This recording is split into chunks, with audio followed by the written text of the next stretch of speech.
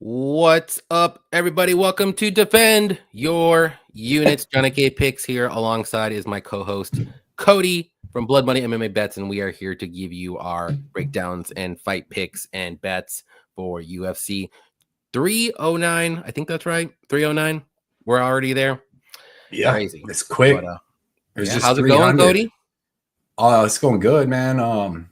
Excited for this card. Get to see my brother Stipe, brother from another mother fight. So Yes, that's gonna be good. We get to see the GOAT. And some other pretty good fights. So I'm pretty excited for it. To the right. There he is. Right there he is. There he is. I've been getting Calvin Cater a lot too. But really? Yeah, that's what somebody said. But I've been getting Shannon Ross. Yeah, so. I heard that one once. What's some other ones? What's some other good ones you've gotten? I mean, besides David Blaine, with the hat off, you got the David Blaine. Johnny looks like two different people with his hat on and his hat off. I do. I am completely different. You really do. I've gotten what's his name? Robert Downey Jr. before. Oh yeah, I can see that. All the older ladies used to call me Robert Downey. I'm like, okay. You see what the older ladies do around me, Johnny. You seen that firsthand at the restaurant, Chicago. Yeah, they were all about you.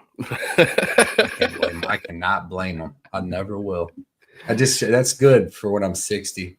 Stephanie better act right. That's right.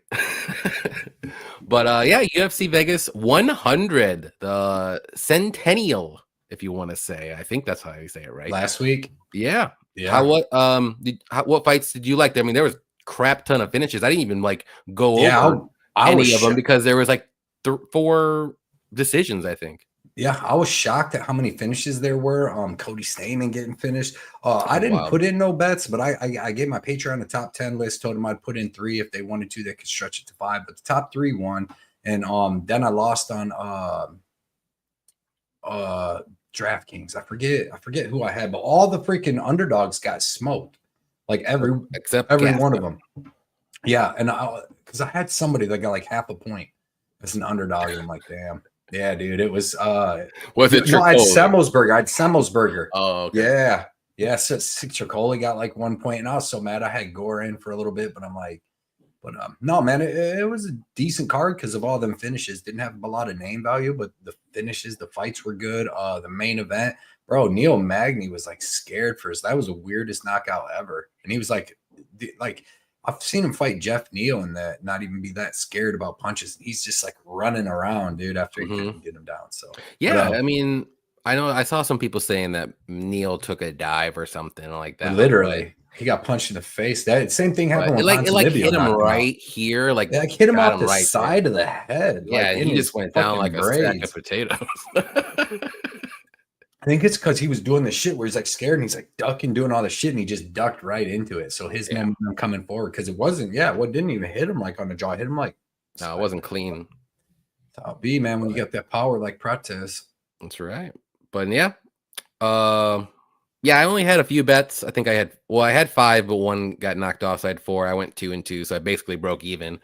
And I had some fun bets on the side that actually hit, so I can't say that I won, but I kind of right. Did, but you did. But it's all good. It's all good. That's all. Yeah, that's all that matters as long as it's in your account. Well, I like to do live bets, and I don't post it on Twitter and add it to my total or minus it from my total. I'm just that's just fun stuff for me. So, yep. I can't wait though, man, for this card. It's gonna be nice to watch a nice pay-per-view. See Stipe fight. Sucks, these dudes are older and all that now, but should still be a decent little scrap. Yeah, my guy Charlie Olives is gonna be fighting this weekend. Why did they keep? Because I haven't been on Twitter too much at all. So why was they saying that fight was getting canceled or something? Weren't they saying somebody was just trolling or something? Oh, okay. Because I remember last week hearing it, and then I just assumed it was off there. But I'd have been pissed. yeah, that's one of the better fights for sure. Yeah. But yeah, let's go through the chat. I know Dixon Sider has a lot to say right now, so I'm going to go through his paragraphs. And we'll go do that.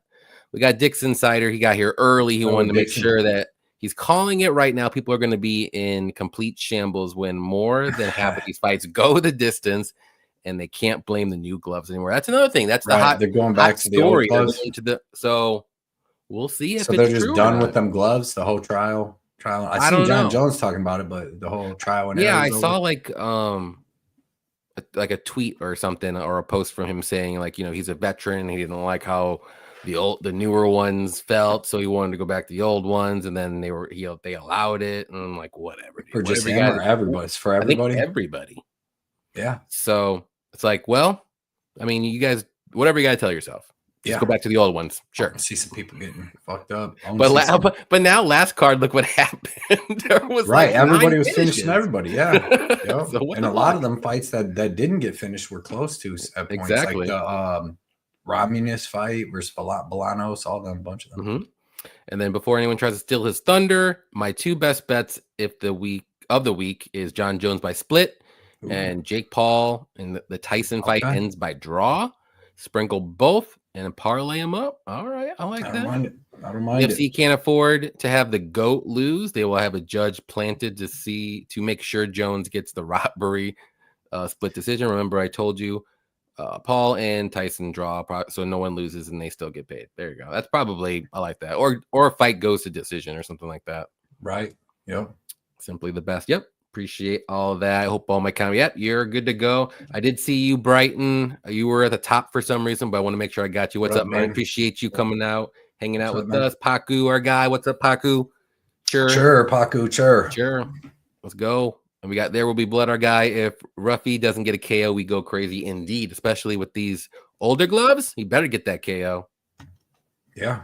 That line top's pretty tough, man. He took some big shots from Vyacheslav. He did. Right. I didn't like when I guess that's Stipe while taking questions. Okay. Stipe 8. Oh, he did? I don't know. Stipe 8. Oh, I didn't even watch any of the interviews or anything. If he ate during it, though, that's pretty funny. Heavyweights, man. Go. We got Bad Luck Chuck. What's up, man? Yo, what is up? Bad Luck Chuck says, best MMA show on YouTube. We appreciate I ain't gonna argue Bad that. Luck Chuck. I ain't gonna argue that.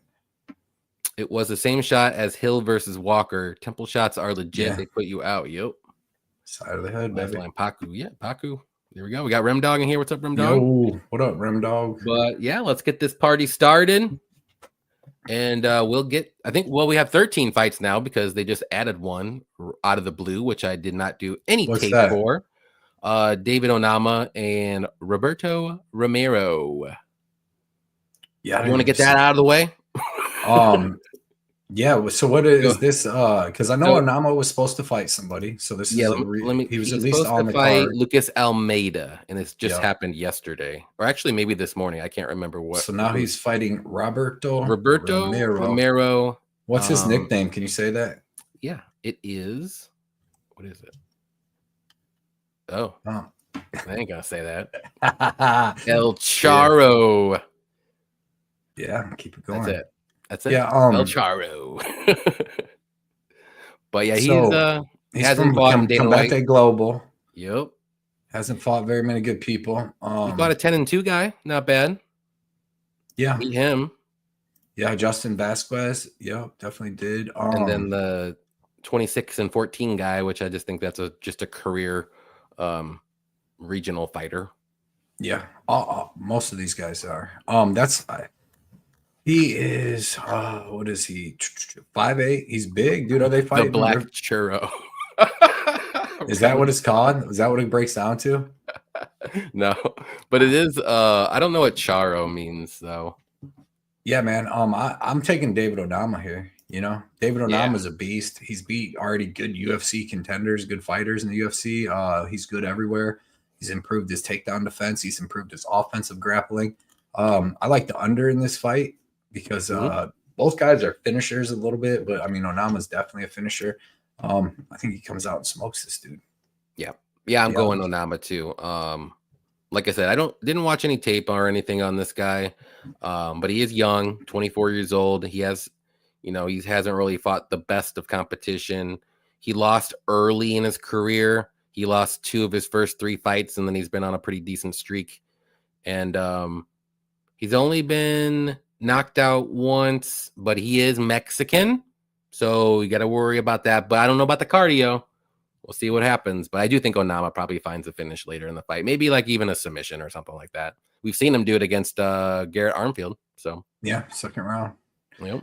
Armfield's on short notice up a weight class True, though. but this is short notice, and he might be up a weight class too. I don't even know if he. Yeah, it says he's ranked at featherweight. I was looking at that. It says he's ranked at featherweight, so assume he fights Okay, he is featherweight, yeah. But last fight he has fought at 150. Last fight he's 5, and maybe they can both fight at 150 because they both came in 5 pounds over in their last. He was scheduled to fight at 155 in his last or one of his fights that got canceled. He was scheduled to fight at 155, so maybe he's like one of those tweeners. He lost at 140. He lost at 145 to an Irish dude. I'm taking Onama. I think Onama. And I like the under. I like the finish. I think Onama's a finisher. He hits hard. Can definitely get it done anywhere this fight goes. Yeah, I agree. That's an easy one for me. Let's see. Mr. Nice Guy. What's up, man? A little late, but I appreciate you coming out, hanging out with us. Tell me who you like this card. I think I might post my picks this week. If I do, I'll definitely use Mr. Nice Guy's. Oh yeah, I already got that lined up, ready to go. Nice. He just put it out, and it has Onama on it. Look at that. Nice. So a Charo is basically a mariachi band member that also has a big hat, and they Charo. Okay, so why did they add the fight? Poor Chiro. Yeah, I don't know because I guess they wanted another one. It was short notice. Onama was supposed to fight. He was supposed to, yeah. Yeah, Lucas Almeida. So then they brung in this dude. Yep. Who was probably most likely going to take a beat. Like them short notice people last week folded. That girl folded to Melissa Mullins, and that other dude folded to Zaleski dos Santos. Like they really took the beatings. Melissa Mullins is a better Chelsea Chandler, just so you know. Yeah, for sure. Same style, same kind of weirdness, but she's better.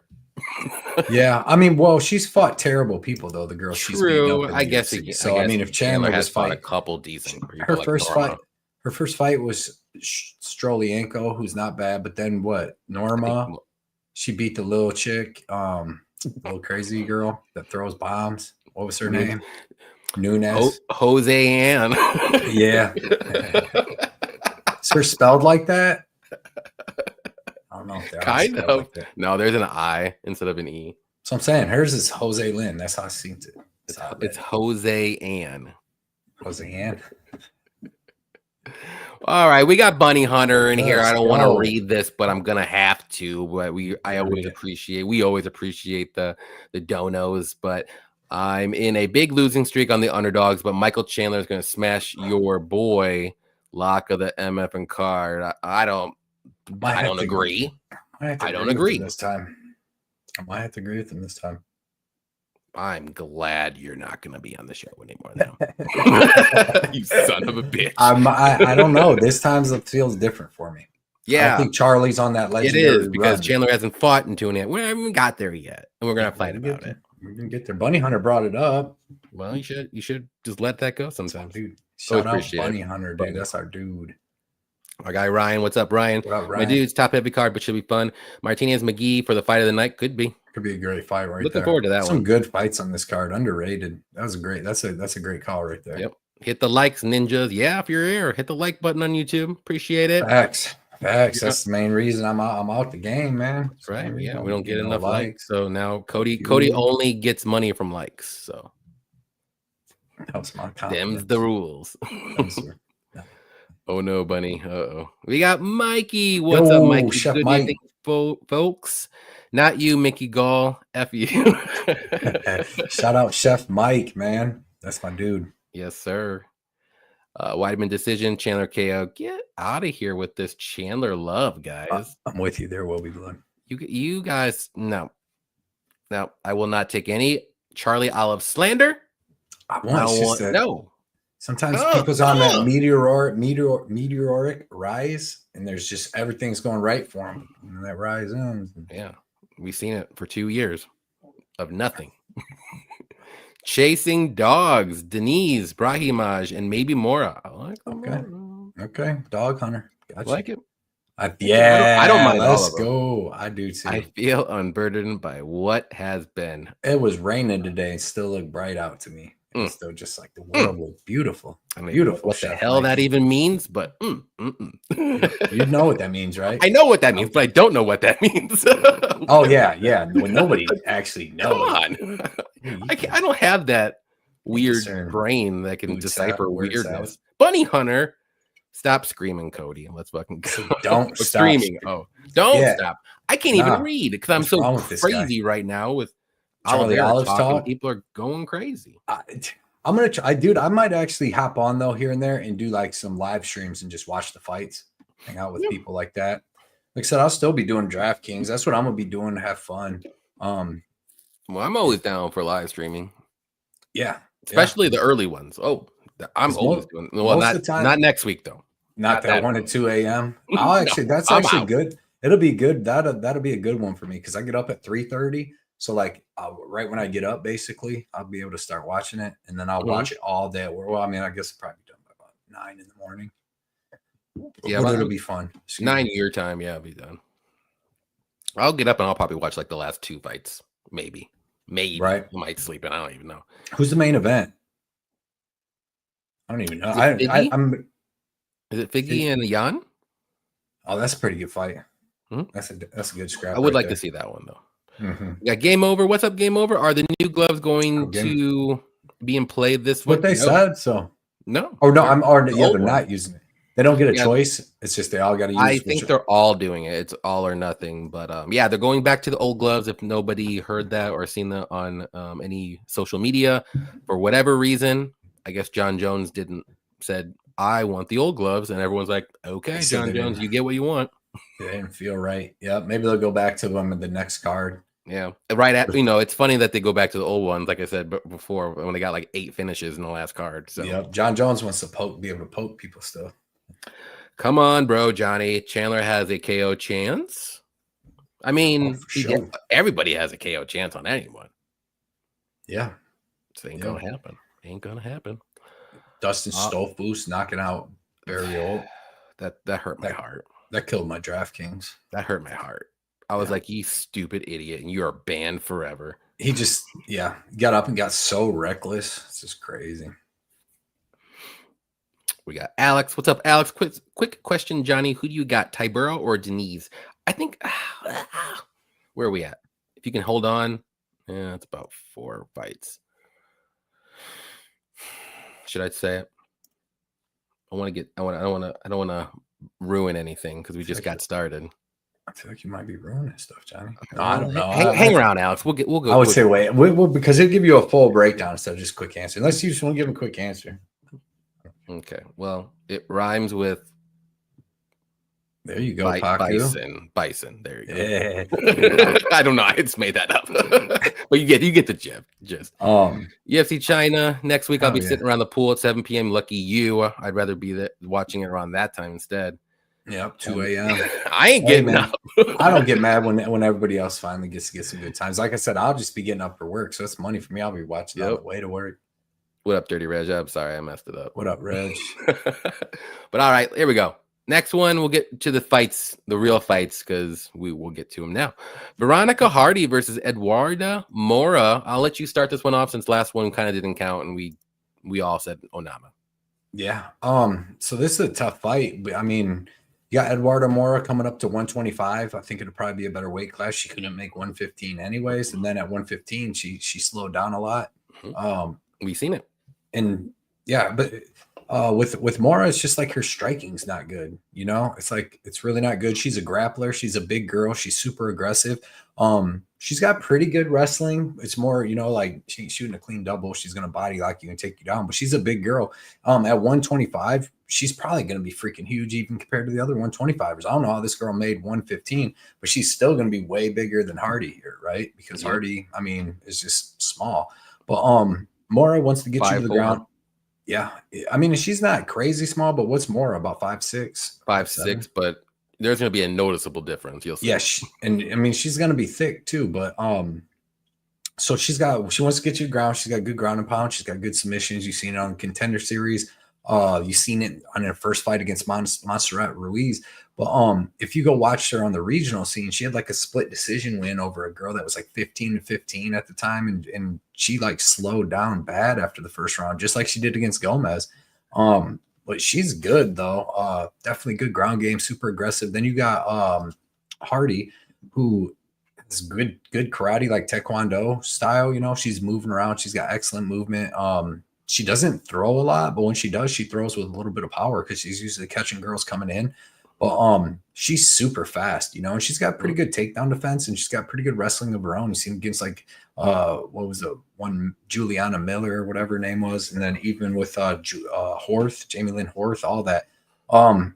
Fight's tough to call. It's close because both girls in this fight are for sure going to have their moments, but it's just like who's going to have their moments earlier in the bigger moments. And I feel like the first 2 rounds, that Hardy's going to be able to move around and not really get pinned up against the cage, taken down and beaten up. She's coming in. She's got her husband, Dan Hardy, who's pretty good at making game plans. He's smart, good coach. I'm going to take Hardy. I'm going to say that Hardy can move around enough in them to first 2 rounds, land the way bigger shots on the feet.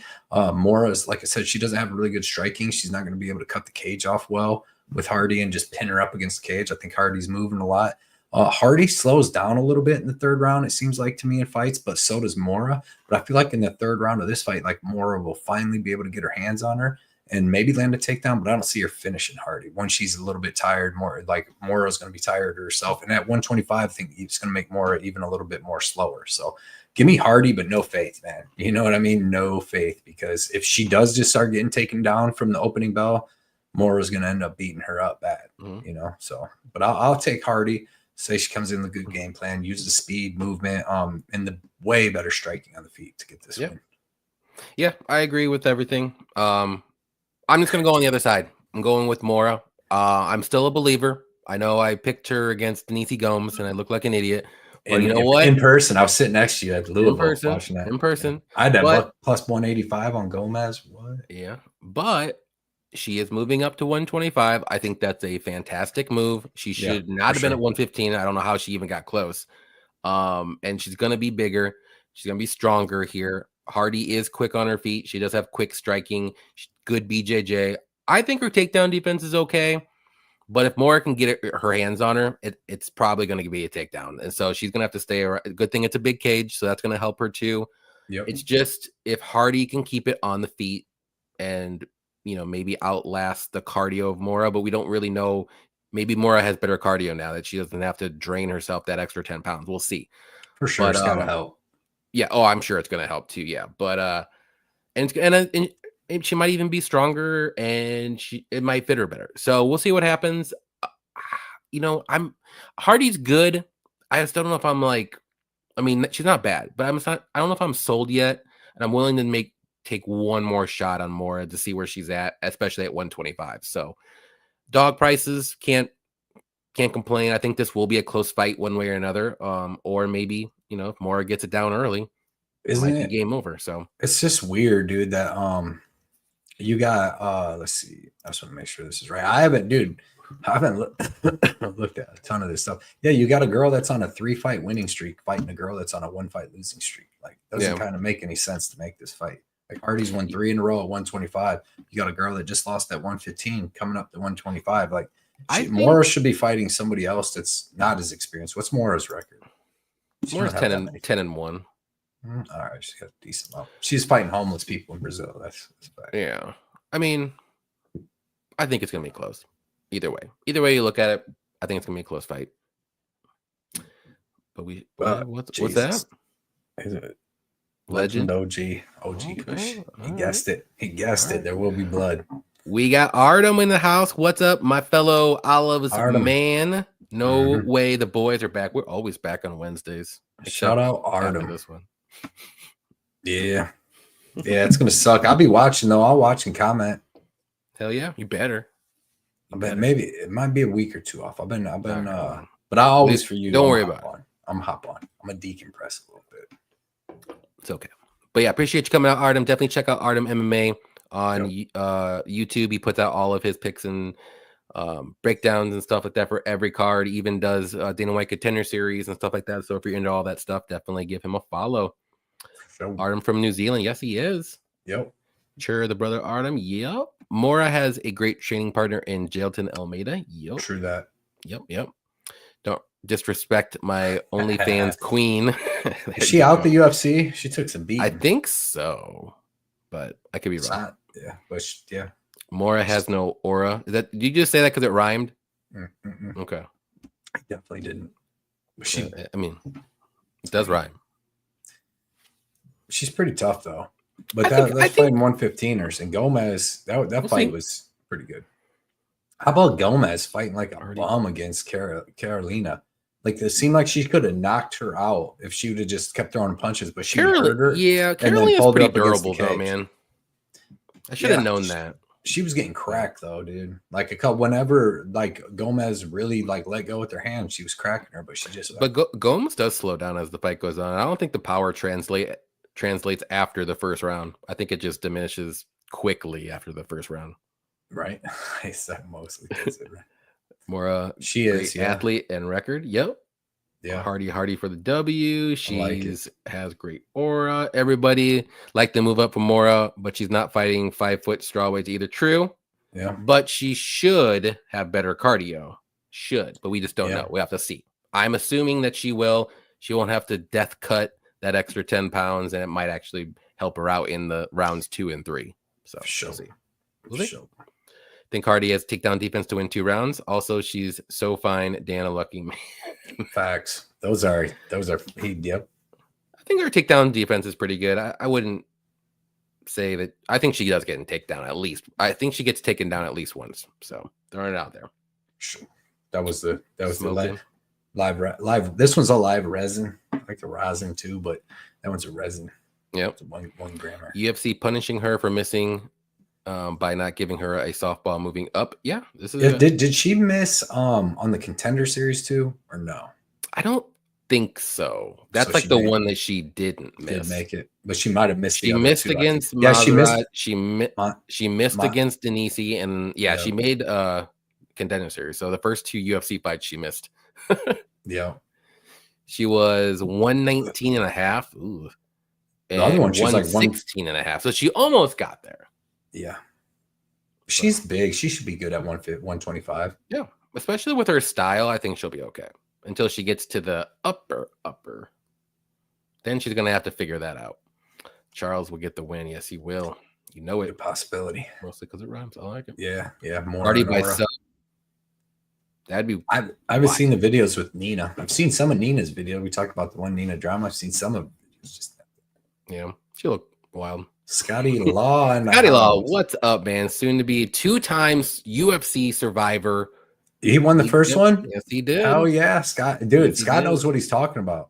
He has 4 lives this week, too. He's the only one. I got 2. You got Johnny robbed me. I would have won last time, but Johnny didn't tell me no rules. I picked all these fighters, and he was like, oh, yeah, I forgot to tell you afterwards. Well, I thought you were going to look at the rules. You said you didn't. So I sent you the rules this time, so you better read it. Yeah, I did. Still gotta get I'm going to win it, too, Scotty Law. I'll give you my picks. Appreciate you coming out, Scotty. Yes, sir. I'm on Chandler this week. Artem. Oh boy. Here we go. Yep. All the casual fans have no idea that Veronica Hardy is a twin sister of Greg Hardy. Smoking. Artem's being real. You can unfriend me right now. Clash of Clans. I forgot about that game. That's why I'm laughing. Let's go. Real fight picks. Real fight picks. Johnny K, I knew Cody would be here. Let's go. Indeed. I like that picture too. I like that. I like the little logo. I didn't tell you last week, but I like it. It's pretty sweet. I like it. Good stuff, man. Yes, sir. Ricky, what's up, man? What's up, guys? Appreciate you coming out. I'm not betting with emotion on this. Chandler is desperate. I think Oliveira is desperate. Why isn't he? He's had a baby. He needs that money. Yeah. I think he used off all that baby luck. First one. Come on, man. You only get 1 baby luck. He literally just had a baby like a month ago. Oliveira? You get baby That's luck. why he went on his run. Remember, he had his daughter. That's what made him stop quitting. Well, I mean, I don't think you only can go so far with that luck, and then you have to have another baby, and then you get maybe 1 or 2 more. I heard that. The MMA God rules. I heard his first baby only. No. It's just what I heard. It's just a baby. Okay. Maybe you don't get as much of a bump with the first, with the second, third, fourth, fifth, but it's still a bump. We'll see. Maybe a bump. Chandler, he gets the bump. He adopts. Get out of here, Scotty. It's like a double bump. It's like God, a boost. crazy. All right. It's like Next TRT, one we got man. Oban Elliott versus Basil Hafez. And I'll go ahead and go here. This is a tough fight for me. I am going to lean Elliott, but Hafez is dangerous and he got pretty good grappling and wrestling. His striking isn't the greatest, but he's got power in his hands. He's very durable, decent cardio. But he's just not super technical. But Elliott, he's well-rounded too, not very dangerous. He's got pretty good takedowns, good striking, good cardio. He's been knocked out a couple times, but it's been a while. And he's going to be the better technical striker here. And I think he's got the takedown defense to stuff the majority of them from Hafez. And if he could do that, I think he's going to win this fight. Probably a boring decision, but maybe Hafez can clip him on the feet. But that's the only reason why I'm going with Elliott here, because I do think he can stuff the takedowns and he's going to be able to land more. And I'm not very confident in that. I'm not really an Elliott believer, to be honest. I Not think a minus 250 confident. No. I actually would rather go on pick or bet Hafez if that's the case. But if you give me $25, Cody, I'll bet on Hafez. How about that? Yeah. Is that cool? You cool? No, I don't. No. It's Give like me you said. Give me Elliott by decision though. Yeah, this fight's tough, but like I mean, it's gonna be like pretty close. Like it definitely at Oban or whatever minus what 250. Like, it might even be higher than that now. 285. Like that's that says that he's either gonna finish him, especially in the like 1 year ago, dude, or a year and a half ago. Minus 285 was like a big number for like huge favorites. Now it's like that's like a minus 150 these days, right? Yeah, because regular big favorites are minus 700 right off the bat. But yeah, I don't think Oban's finishing him. So to look minus 300 is going to be a lot. And like he looked pretty good against Parsons, but like Parsons isn't like all that great, and he's got okay wrestling, okay jiu-jitsu. I think Hafez is better than Parsons. Like I think Hafez so definitely beats him. And Oban maybe should be Parsons has a little bit better technical striking, but it's not. Definitely doesn't have as much power and stuff as Basil. But Basil he throws heat, but he can be hit too. And it's like you said, man, my biggest thing is that Basil slows down. I mean, he fights through it, he's a dog, but he slows down some. And Oban's got really good cardio. So I'm gonna go with Oban to get this win, but I think it's gonna be a pretty close fight. And Basil's gonna land some takedowns. The dude's strong as fuck. Like even I think who did Elliott fight last? Parsons. I think Parsons was able to get him down, but not for long. Like he got right back up. Like So, do you think Hafez's wrestling is a little bit better than Parsons? No, but I think he's like a little stronger, just like more of a fighter. I don't know. Like I feel like like you've seen with like Jack Della, like he'll find a way to get it down, but I don't know if he's just going to be able to hold him down. You've seen his last fight with Mickey Gall. He got cracked at points. He got tired. True. Oban, he's got good cardio and he's tough. You've seen him survive some good shots on the Contender Series when he fought what was the one dude's name? The Brazilian dude that was tough as hell. The weird name. Oban? No, Brito? Kaique Brito, Kaique Brito or whatever. So you've seen he can take a punch, he can take pressure, he can stop takedowns with Parsons. So I'm gonna go with Oban, but if he wins, it's gonna be such a boring win for him. Just like his last win. That last fight with Preston Parsons was boring, but I think it's close as hell. But give me Oban. Yep, I agree. I like the over 2.5 though. Minus 270 could be a good parlay piece if you need something to pair it with. I mean, Oban's got 6 decision wins, but he's been finished, with 2 KOs in his losses. Couldn't believe but Michael Figlock, that's why I thought he was going to be really good in the UFC. But he had some tough fights. His only fights in the UFC, well, besides Austin Hubbard, which thought he won, but he destroyed Oban Elliott. Yeah, I mean, Basil, he's got what 4 decision wins, 5 finishes, and then he's only lost by decision. So I would say this goes over. Yeah. Ricky said Oban all day. He has the wrestling to stop the takedowns and the better boxing, better cardio overs too. I love it. Yep. Miller fight under 2.5. Okay. I bet Oban at -140. That's a price I can get behind. So that's what it started at. Yeah, I Sheesh. mean, I like can get he should behind be that. like -170, Yeah, I can see -180. that. But like, it's not like Anything Basil over Hafez 200 is a. to me is like, It's not like Oban's a world champion, and it's not like Basil's a fucking bum. You know what I well, mean? Oban This is does a good like fight. Oban's not like, where is he fantastic at? Like cardio, maybe? Like that's his best quality. I mean, I've seen Michael, but he was dropping down to 155 for that, I believe, when he fought Figlock. But he got dominated on the ground and then finished on the ground. Yeah. But So yeah, it's just tough. I don't mind anybody on Basil. I Yeah, don't there will either. be blood. I think this Don't will be mind a it. close fight. One way or another. It's probably gonna go to What if decision. so? Is Oban going to be minus like 400 by the time the fights start? Like how Nah, crazy? if anything, it'd be like -310. I think at most, but that's crazy. Bananas. I mean, you can. I don't know the +3.5 spread for Hafez. I was wondering what that would be, but if that's close to plus money, I think Hafez can win one round. It'd have to be early though. I don't think he'd win round 3. Aussie Fight Fan, what's up, man? Let's get it this weekend. Let's go, indeed. Everybody on the Good over luck. 2.5. I like the over 2.5 in this fight. What's the line on it? -270. So you're getting a better price than just Oban Elliott money line. I like it. Yeah, if you expect Oban to win, bet in by decision because Hafez never been finished. Or round Oban's 3 not dangerous. decision. That might even like Well, cut Oban's it in half. not really dangerous though. True, but maybe Hafez gasses because he tries too hard or something. But it'd be third round finish though. Yeah. Lions are out of control for this fight. Should be close to a pick 'em. I really don't see Hafez losing round 1. That's true. I don't agree with playing the number for that to take round 2, 3 late finish. Yep. I'm with you on that, Paco. It's like it's just crazy. The line is bananas. That 140 that right Ricky's now, got. That's why you got to check MMA Ricky out on Twitter too, because he posts all kinds of bets. He posts them early, gets them early lines. He's on always gets the early stuff. I'm like, dang, that's something I can get behind, but not now. Shit. It's MMA Ricky on Twitter. Yes, X. sir. I'm calling it X from here on out because that's fucking Elon Musk. I always say Twitter. Yeah, I know, but fuck Twitter. It's X for me. I kind of dig Basil here. I think he drags him down or holds him down. I'll be willing to take a plus 220 shot on that. Yeah. It's crazy, dude. -300 on Oban. It's not. If you can get the +3.5 spread, see if that's plus money before you do that, though. I think the line's not going to be changing too much one way or another. So you probably can still get plus 220 if you wait. Basil said he wants to get the knockout next time, but I think his coaches are smarter than that. Yeah. Everybody wants to get a knockout.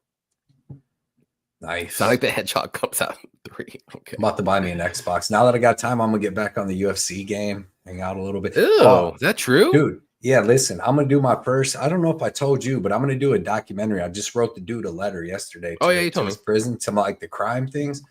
So when I first moved down here, I worked security. The first job I ever called, they were like, yeah, come in. I went in. They were like, you can go work at the hospital. I'm like, all right, this is like 11 years ago or something.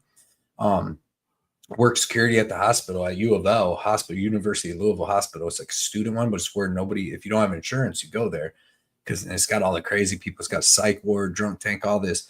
But one day, me and my buddy went in there. We got to work at like 7, and then we're like, hey, run down to the drunk tank. And there's this dude standing there freaking out, like this little, like big little red hair dude, all these prison tattoos, and the cops had guns on him in the hospital, which was pretty crazy. But we ended up having to take him to the emergency psych ward. And when we got him in the padded room, unhandcuffed him. And me and this dude had to fight with this dude, hold him down, and like get him his little booty juice, his shot, the drugs. Yeah, because he was freaking out, dude. But come to find out, he had killed his girlfriend in Indiana, ate some of her body, right? And we're like, what the fuck? We were in there fighting with him. But then we found out more stuff about him throughout the day. And then he had already killed his girlfriend in Utah like 12 years before that and shot his mom and then shot himself in the head and then went to prison for like 12 years, got out. But I'm going to talk. I sent him a letter. I'm going to try to do an interview with him and do a whole documentary. It's going to be crazy, man. Crazy people on this earth. Yeah, man. If Hafez is -210 for his +3.5 spread, that's crazy. I would not touch that. Wait, you said it's what? The +3.5 spread for Hafez is -210. That's a big flat. But I guess so. They expected him to win the first round. Yeah, who's out after that? DraftKings hasn't come out with with the plus 3.5 spread yet for that fight. But yeah, if it's minus 210, I'm not touching that. It has to be closer to plus money. Yeah, if he's plus 220, you would think the plus You would three think and a he'd be like half would be minus like 120, maybe at worst, but we'll see. yeah. If not, the plus 220 is crazy. That's a good line. Yeah, I'd rather do the money line if that's the case. Yeah, just take a shot. Hop Yeah. has looked like two different fighters. True. Yeah, Who that else did fight he was fight real after? close. Has he only fought two people? Mickey Gall, yeah. I think In the so. UFC, Yeah. I mean, Mm-hmm. it did look like two different people. Yeah, he looked not great against Mickey Gall. I'm like, dude, you looked like a killer against JD. What was he, a big underdog on that? I mean, a big favorite against Gall? Oh yeah, he was a big favorite. He had to have been like minus 310 at least. Like somewhere minus around 425. Yeah. Like he was big. I remember I think I had him in the parlay. I'm like, this guy almost beat Jack Dilla. I'm Mickey Gall. Shit, I'm like sweating. Yeah. Gall didn't look bad. Yeah, he didn't look bad at all. JR Smooth, what's up, man? You should set up a way for viewers to call in and drop some picks or thoughts. I know Streamlabs is easy to run. Yeah, that'd be cool. That's a good idea. I like it. Thanks for hanging out and with the suggestion. Like it. I'm on Gall this week. We'll get there. How about that? We'll go with that fight next. I think it's next. Yeah, there we go. Mickey Gall versus Ramiz Brahimaj. Who you got?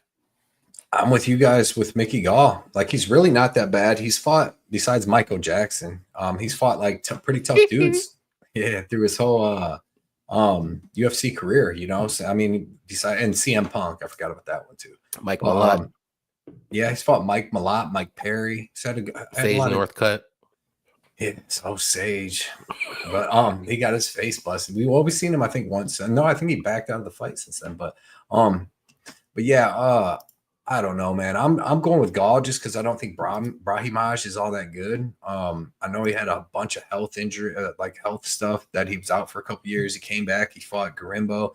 Didn't look terrible. I mean, he got dominated like the whole fight. But I just think Gall's got the jiu-jitsu. That's where Brahimaj is good. He's got jiu-jitsu with okay wrestling, where Mickey Gall has good jiu-jitsu himself with kind of bad wrestling. He doesn't really have great wrestling, but if you're going to take him down, he's real long. He's got good submissions and all that. He's going to be dangerous. And on the feet, I think Gall can just hit him with bigger punches. And he's pretty tough. He's got pretty good cardio. So give me Mickey Gall. And, like, you know, can't really trust either one of these dudes a ton, but I'll trust Mickey Gall a little more.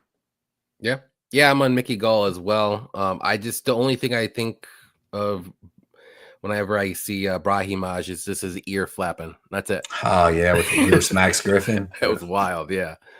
But I mean, like, he's not, other than like grappling and submissions, like, he's not great. He slows down. He doesn't really have great striking. He can be taken down. He doesn't really have great takedowns. His wrestling is very low level. Like, he needs a lot to go well for him to win a fight. And who did he win recently against? It was some kind of. He hasn't beat nobody recently. He beat Michael Gilmore. That's who it was. Sasha Paletnikov. So he can beat Michael Gilmore. Like, that's like, he is a little bit better than Michael Gilmore. That's where I put him at. And a lot of people are a little bit better, at least. If he can take you down and sub you, he can beat you. But you got to be low level.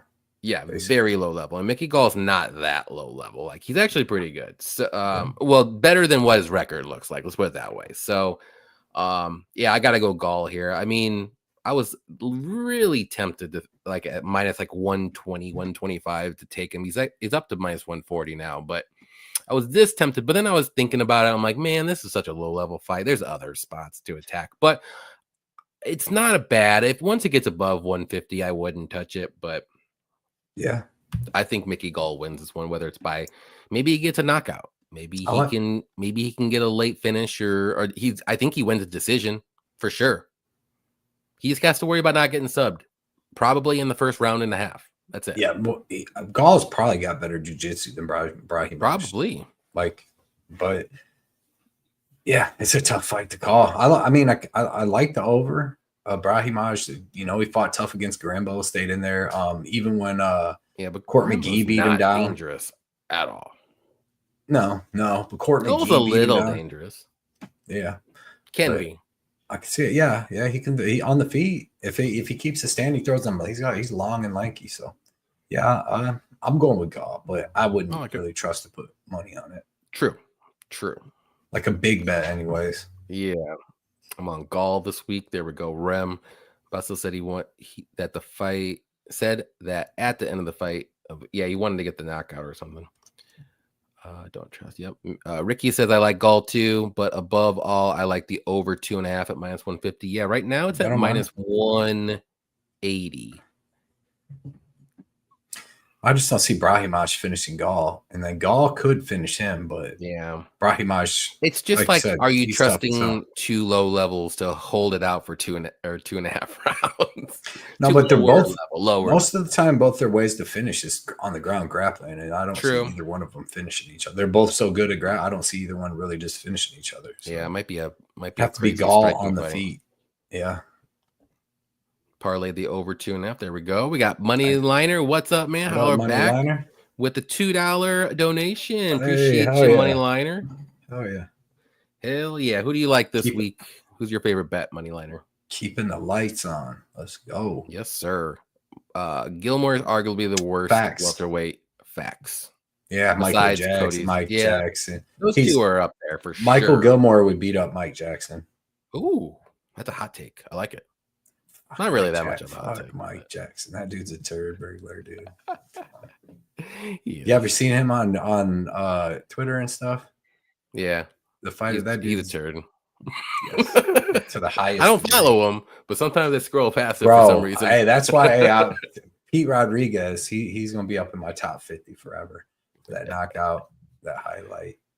Brahimaj only finish was because his ear was falling out. That was wild, other than that, he's tough, and he didn't even really want to quit, but your ear's off, man. Like your ears. That's true, off, bro. All right, next fight we're gonna do is Marcin Tybura versus Jonathan Diniz. I think it's my turn or your turn. I already forgot. I think I did it last. Okay, first. I'll go. Yeah, this is a close. It's tough to call for this fight. Obviously, both guys have their path to victory, so you would think Diniz is going to be the better striker, more technical kickboxer, probably more dangerous on the feet too. But Tybura has the wrestling edge, the grappling, the submissions, the experience. He is a little older as well, but he's 39 years old. But heavyweights, it doesn't really matter all that much with the age, if you want to say. But I'm just leaning Tybura here. I like how he's not terrible on the feet. When he does lose like the striking exchanges, it's against someone who's like super explosive, like Aspinall, or who else did he like get knocked out? Didn't Derek Lewis knock him out or something? Like a crazy knockout power guy.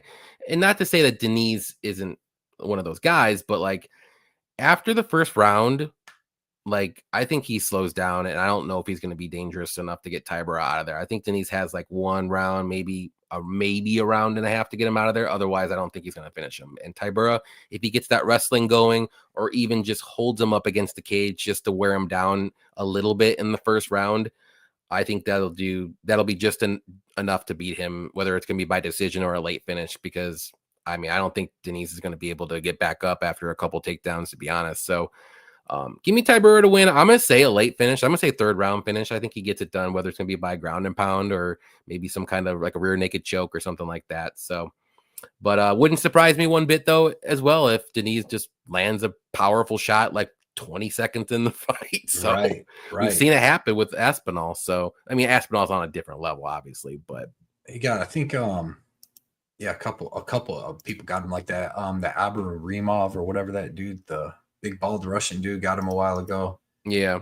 But he's been pretty durable the last couple of years. Aspinall got him, but Derek Lewis got him in the third round. Sakai. But we know Sakai, the legend of Sakai. Legend. Yes. The legend. That was great against guess who got cut? Guess who got cut? There's a reason. Dontel May's still out here losing fights though. still kicking it in the UFC. Yeah, who did he fight last? Did he get a win? Who did he fight last? He beat Orlovsky, I know that. Yeah, and then he beat Machado, but then somebody whooped him recently. I kind of want to know, but I think that was the last fight, Machado. I think he's on a 2-fight win streak. No, somebody beat him recently. There we go. Yeah, Not D1. Shamil Gaziev beat him down. Oh, yes, sir. okay, all right. Yeah, that happened.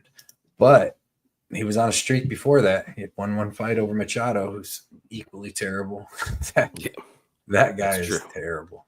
He's bad. Well, I don't think he's in the UFC anymore. It They're just shouldn't be. cutting. They're cutting heavyweights left and right. I know he went to light heavyweight last fight, but On this, I mean, you got Tybura. The fight was lined really close. A couple things that concern me on both sides is Tybura. This is like short notice, right? Because I don't know if he had a fight planned, and like Denise was just that's supposed true. to fight Derek Lewis a couple weeks Yeah. ago. So, and but yeah, Denise, world class kickboxing. You know, the dude's powerful. He can get sloppy and throw wild punches though. You've seen even on the Contender Series, he got cracked against the Neves dude, who was terrible. But he's got good striking. He's got pretty good power, especially if you'll stand in the pocket and throw bombs with him. But we've seen it can be taken down. Like even Austin Lane took him down. But Austin Lane, I mean, we see took down the other the Spain. Yeah, Spain. People was betting him like -1 or 400 games. But yeah, he was taking down the Spain. But and this fight's tough, dude. Because like you said, Denise could knock him out in the first round. Tybura could just land some takedowns, but the short notice, he got armbarred by Spivak. That hurt my heart. I was big on Tybura in that fight. I was big on Spivak. But like the things that make me think that Tybura will be able to get the takedowns and eventually wear on Denise and finish him is because Denise was taken down by Austin Lane. Austin Lane kind of gassed in the second round. And got hit with a big shot, but I think Tybura is way better on the ground. He's a black belt in jiu-jitsu besides the Spivak fight. He's got good ground and pound. He's got good submissions on the ground. You can watch a fight that's going to be kind of like this in Tai Tuivasa, who's a big, strong dude that's throwing hammers at you with both hands, both legs. But Tybura just was able to just take him down and beat him up, you know, and even survive some big shots on the feet before he did that. So I'm taking Tybura here. Not real comfortable. Like I said, the short notice is weird because I didn't know. I don't know if he was. Let's see.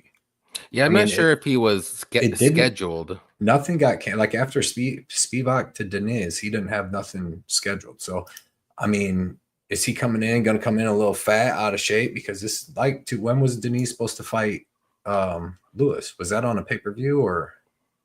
It was last card, right? Or 2 cards ago. And then, or Canada. It was the Canada. Canada, yeah. Yeah, that wasn't even a pay-per-view. So yeah, the Canada card. So but yeah, man. So Denise traveling back, but these dudes are heavyweights, so it's not like he's really probably cutting a ton of weight and doing all that, but he did make weight for that. Let's see.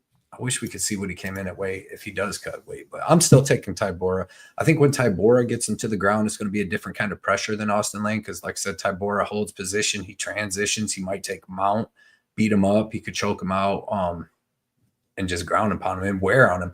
By when Denise comes out in the second round, he's not going to be as dangerous and it'll be slower. You've seen Carl Williams was able to survive pretty much 2.5 rounds of striking with him. So, and I don't think Tybura, he's too well far in his career. He don't give a shit if the UFC tells him to not wrestle or not. He's going to, like they told Carl Williams, Tybura does what he does. So give me Tybura. I say he finishes him. I do like the unders.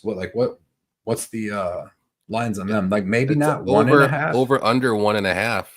What's that? Over is -130. If you think Tybura wins, I think it goes over. Yeah, but okay, so how good is Denise? Like, is he going to be on the ground as a kickboxer for his whole life? And he's coming in against a Duke that can actually hold him down and start elbowing him in the face. Like, it's not Julian Lane. Like, this is like Tybura. Like, I think that what's Denise? You think he's probably like a blue belt maybe or something? I just think he knows he can't get taken down. So he's going to make sure if he does get like throwing big shots. Well, that or like if let's say Tybura shoots, he's gonna like put all of his effort into stuffing takedowns, and that might hold him up for a round, but all of his danger is gonna be gone. So then you have to worry about like 2.5 minutes instead. What's the under 2.5? Plus 100. For the under 2.5? Yeah, I don't know. I don't know what the under 2.5 is on right now. It's probably like -200, something like that. Yeah. I like that one a little better, but Yeah, because I could see, I mean, Danae's, he could get the finish. Like we've seen Tybura been finished early a lot, but earlier in his career. But Tybura, can he get up the under 1.5? You think both dudes have the possibility? I of mean, it? if Tybura gets a takedown within a minute, I think he's in trouble. But if he gets it like later in the first round, I think Denise will survive, because Tybura probably needs at least a couple minutes to work what he wants to do, because Denise is going to try to stay alive and fight, and probably wear Tybura will wear him down that way. And I think Tybura will be like, all right, I got him in this round. Next round is going to be easier, so we're all good, and I'll get this one in the second round. So the first, I'm not going to go all crazy. Right. So, let's hope that Tybura didn't take this just because he was in town or something. And well, would he be in New York? Why would he be in New York? Or just flew there then, and it was that short notice. You know what I mean? Because he's coming from Poland, and and Denise was in Canada a week and a half ago to fight Derek Lewis, and it didn't happen. So true.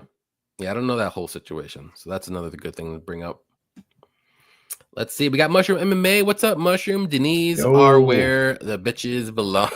Shout out Mushroom MMA. That's our dude, Rob. Appreciate you coming out, hanging out with us, Crazy man. Rob. I wish Jackson we got called the party in the 80s together. Yep. Jackson called Shields out to fight and got his ass beaten. And then called the cops. Dude, Mike Jackson. Ricky likes Tybura here as well. Here we go. Nice. We got Bloom Dog. What's up, man? What up, Is it Rem Dog? The dogs are barking. Hopefully they are Saturday too. Yeah, I think I thought a lot of dogs was barking last week, and them fuckers just kept getting folded. Wasn't that crazy? Destroyed. Like not a Stamen, I thought maybe had a little chance. Like wasn't betting him around, but Semmelsberger, all these people. Like who else? Semmelsberger is not good, dude. No. Who else got destroyed? There's like a ton of people that got destroyed. The first 5 fights. Tricoli, fraud, smoked. 100% fraud. Smoked. Maybe 100 fight you for his girl, beat you down, but as far as maybe getting in that cage, maybe. Now I would feel more confident if I called you out, started saying some shit to you. I'm like, oh, okay, I have a pretty good guillotine. I could do the same thing. I don't know how that. I don't know if that goes down the same way as Trey He is 6'4". He'll probably punt you, Cody. Hell no. You and your 5'4" self. Dude.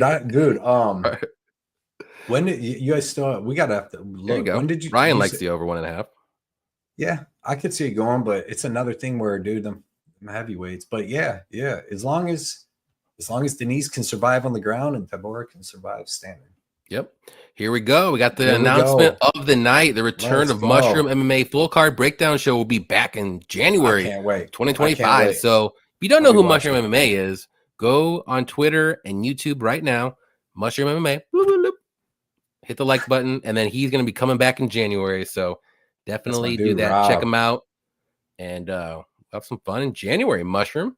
I'll definitely be there. Waiting for you. Yes, sir. There we go. Is Tybura smart? I think he's pretty smart. He's a smart fighter. Yeah, I mean, even he with can get caught.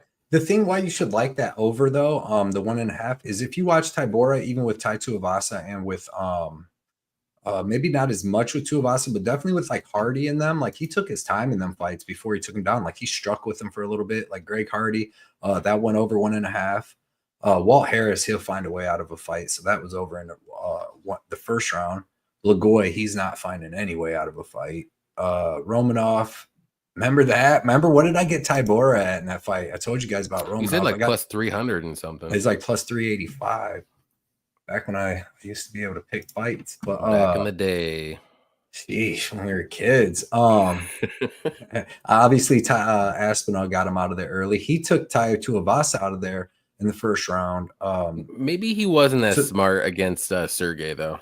Bro, he took Spivak down. He had the position, then he get fucking armbar. Like that's what he did to him in the first fight. No, in the first fight, he beat the shit out of him on the ground. But like but that was when he was a little bit younger and Sergey was a little bit not really a heavyweight weight. You know what I mean? Now he gained muscle. Fucking armbar from guard. Fucking fat boy. I can't believe that. He's not too fat, Spivak, but like that's why I kind of like the overs. But if you look at the other people he's going to distance with, it's like Spivak the first time, but Grishin, he's tough as fuck to finish. Ben Rothwell is pretty tough. Other than that, it's like him getting finished. But I mean, yeah, I can see it definitely going over. Even if Tybura, he could come out and strike for like 2.5 minutes, I feel like, in the big cage, because he's got decent kickboxing, survive, and then land his takedowns. Yep. I like it. We got AJ in here. What's up, AJ? Appreciate you coming out, hanging out Yo, with us, AJ, talking what fights. up? Let's go. It's my dude. Mushroom says Ty boring inside the distance. There we go. Take a little Tyquill.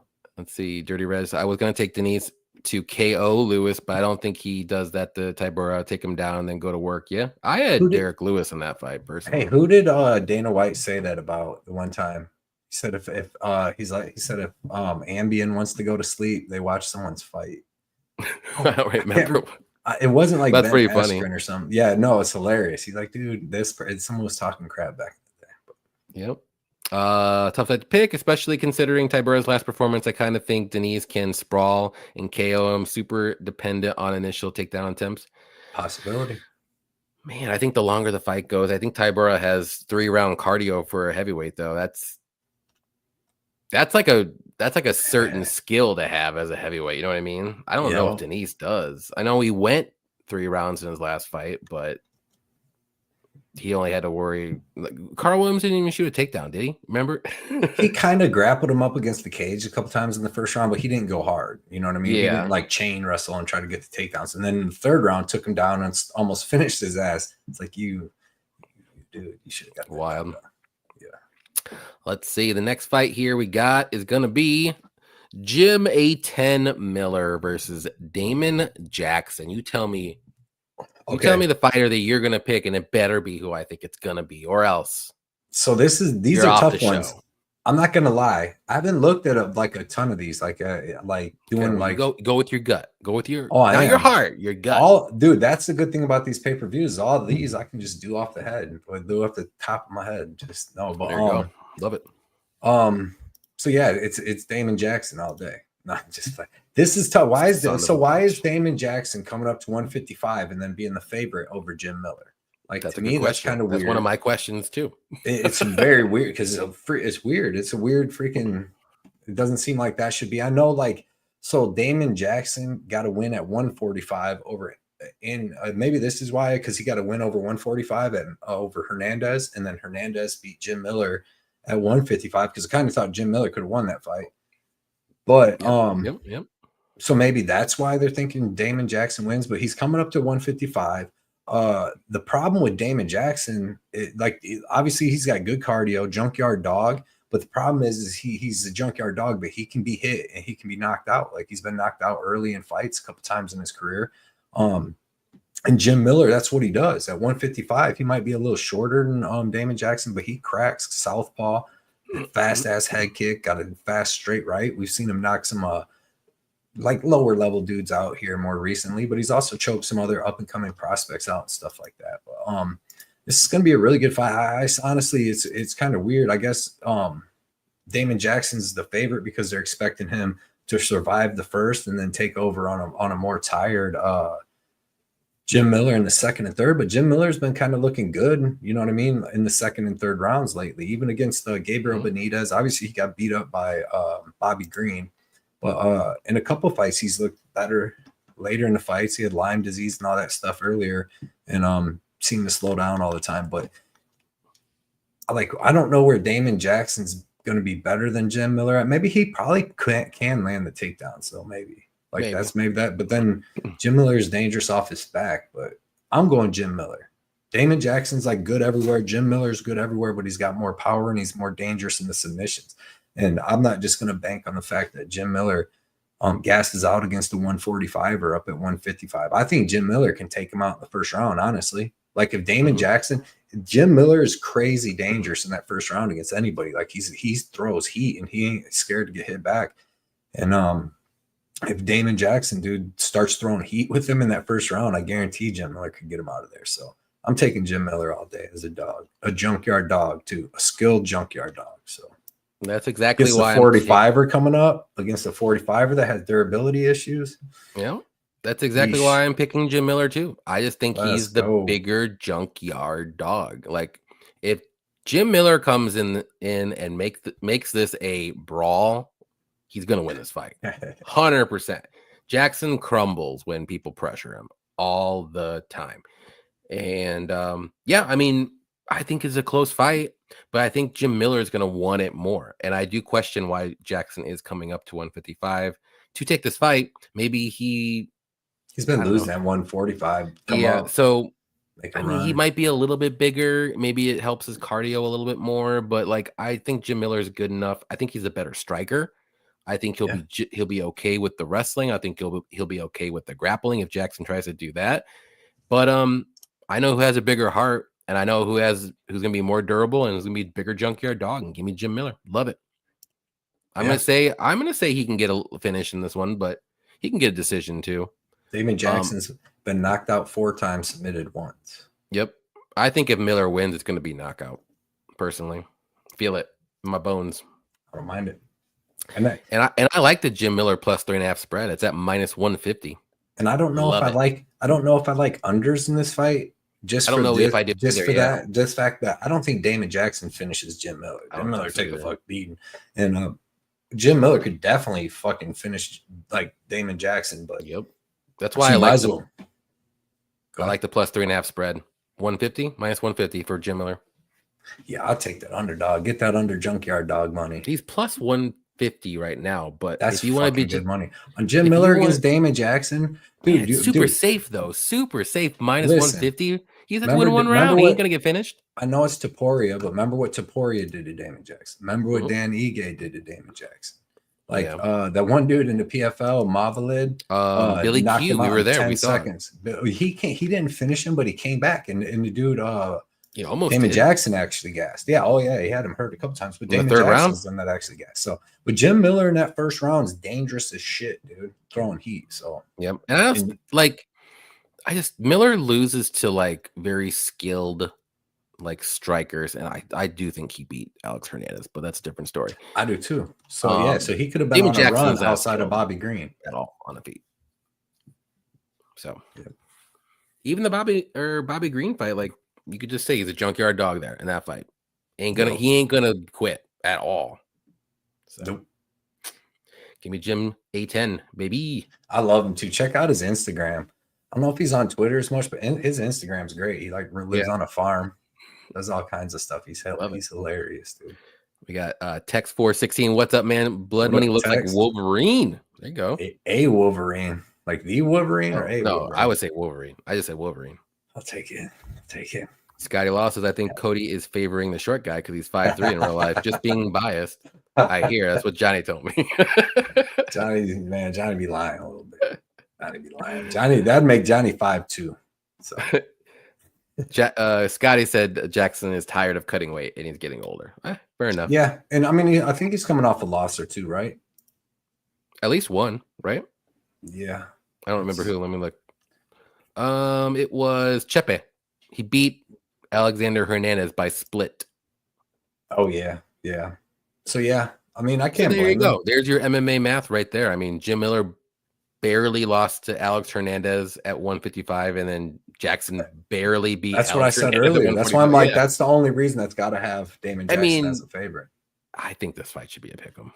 I think it should be a dog fight though. It's going to be good while it lasts, or if it goes the whole 3 rounds, it's definitely going to be a dog. The longer it goes, the more I favor Jim.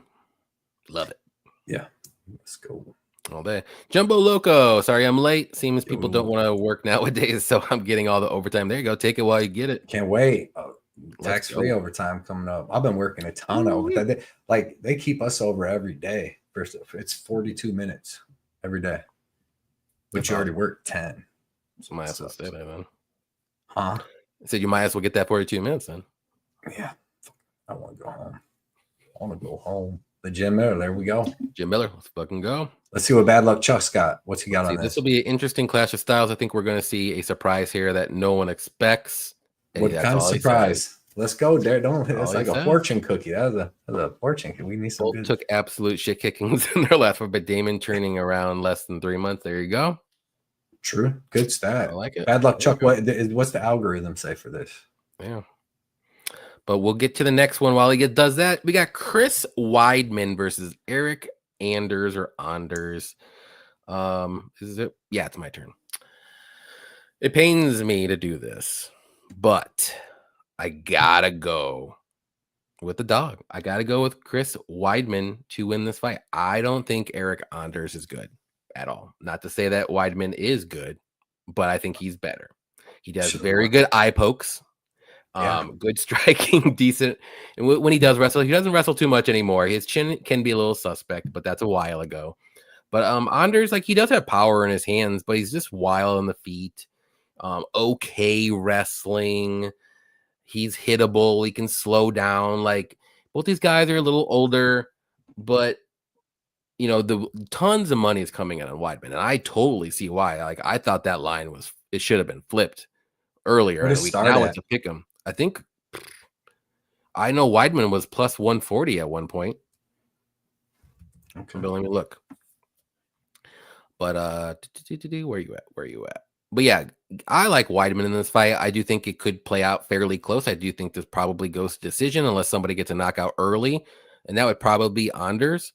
But yeah, I think Weidman still has a little bit gas in the tank, and I think he gets Weidman was at plus 170 when it first came out. Recently he was like plus, like I said, plus 150, and then they started going down from there. Then That's now crazy. It's basically a pick 'em, which it probably should have been a pick 'em, but I think Weidman gets this one done. He's going to be in New York. He's from around that area. I don't remember. Is he from Boston or something like that? I can't remember. Or is he a New York guy? Oh, he's a New York guy. New York. Yeah. There you go. This could be like his, I don't know. I'm not going to say the R fight, but this could be it. And he wants to end on a high note. This could be it. I don't think that dude's going to retire anytime soon. You don't think so? I think is he close to 40? He's still going for that title, baby. He's 40 years old. That's what he says. Ain't no way. But give me Weidman. I'm picking all the old guys this card. I don't care. I just don't think Eric Anders is all that great, personally. That's just me. Yeah. I'm gonna say decision though. So this is a weird fight. I'll break it down pretty simple. Like, first off, with Eric Anders, I bet this dude a lot, his fights a lot, and I actually got a shirt, a Ya Boy shirt. It's a red shirt. It says Ya Boy.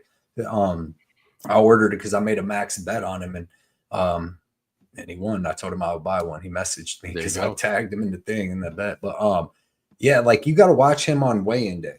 See, sometimes he's big as fuck, dude. He comes in, he's in shape, he's all big as fuck. Sometimes he comes in, he's like skinnier, like it looked like he's like, just maybe didn't work out as much, whatever he does. The vegan diet. Yeah, because when he comes in, he's huge, dude. He's a force, man. He'll go hard all fucking 3 rounds. Yeah, give me 1 minute. Coming in 1 minute. All right, thank you. Let me finish this. But we're gonna do a baby blood parlay. Yeah, the last. I'll get ready. So freaking with Anders, look at him and see how big he is, right? Because I'm telling you, that makes a difference in his fights, man. I think against Jamie Pickett, he came in and looked terrible, and I bet him way before. That's when I max bet him. And that fight, he got dropped right off the bat. He got dropped, and then he had to just see. Here's why I'm picking freaking Chris Weidman. Eric Anders, in a lot of his fights, when he gets hurt, he has to, like, his striking. He's so hit or miss, but sometimes his striking's okay. But most time it's not really all that good. And when he gets hit, like Marc-Andre Barriault hit him and dropped him right off the bat, and then he'll wrestle. He'll go to the cage. He'll do, shoot for takedowns and just hold somebody there. He did it against Jamie Pickett too. Got dropped, ended up getting on top. Had to keep wrestling him and stuff. He's not going to be able to do that against Weidman. Weidman's got pretty good striking, but like, if he hurts Anders ain't just going to be able to grab him and hold Weidman up against the cage or take Weidman down.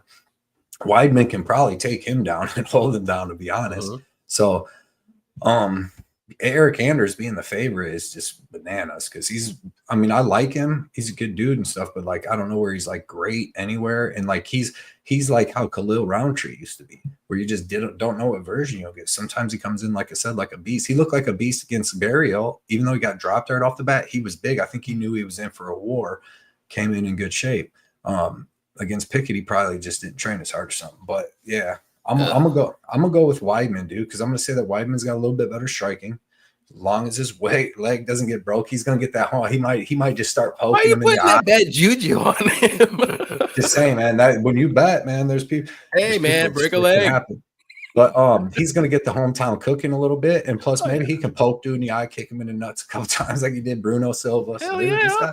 he's got a lot going for him. And then he's the dog against fucking Anders. I would have to think about a lot. Maybe like Pickett, but he was a pretty big favorite. I think I've got him at like minus 240, bro. And I don't think he looked like a minus 240 against Jamie Pickett. Ain't no way. So I don't know who he should really be minus 190 over. I mean, and I don't know where he should be minus that over Jamie. Well, he's over, only minus 122 now. Oh yeah, baby blood. She can pick as many fights as you want for this one. Oh, you let me know. I'm gonna get this ready. Well, 10. I know one. I know one. I know one fight. I'm doing. Pick them. You got to pick them real quick. All right, hold on. Or pick whatever fights he gives. Say what's up to everybody. Hi. What's up, baby blood? Are you ready to pick some fights? Yes. Okay. Well, let's do this one right away because we just have to know. Which one is it? I'm gonna bring it up on my.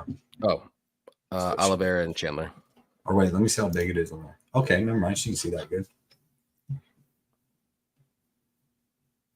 All right. Wait 1 second. Our friendship revolves around this pick, baby blood. Just so you know.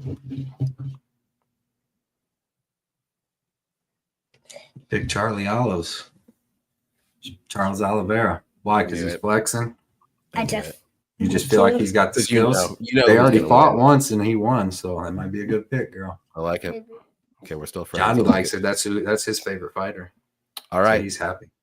We're gonna go. We just talked about it. Let's do it. Bam. Okay. See, now that's in shape, Eric Anders. You picked Eric Anders off the bat, your boy. Really? Yeah, but I'm saying if we get that, your boy. Quick. That was quick. Well, that was quick. Sheesh. Yeah. I don't like that one. All right, let's go. Who do you think? Get the girls. Hardy in them. Seriously. Okay.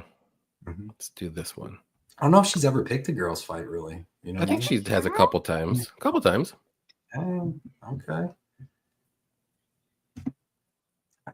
She picked Hardy. Quick. I think if she could see a full picture of how big Mora actually is. Okay. All right. Picked Hardy. Okay, so what she got so far? Hardy, Olives, and Anders. And how do you picked all favorites so far? 3 favorites. 20 or 10. As many as Johnny K brings up. Here we go. Okay, 10. This is it. Let's do this one. Another one. Okay, take your time. I just got that bag. Arugio. Whoa. Vivian Arugio. She just looks tougher. Does that girl smiling? She just looks tough. I wanted to take that one, then I didn't want to. All right. Sound like me after one of them loses. Okay.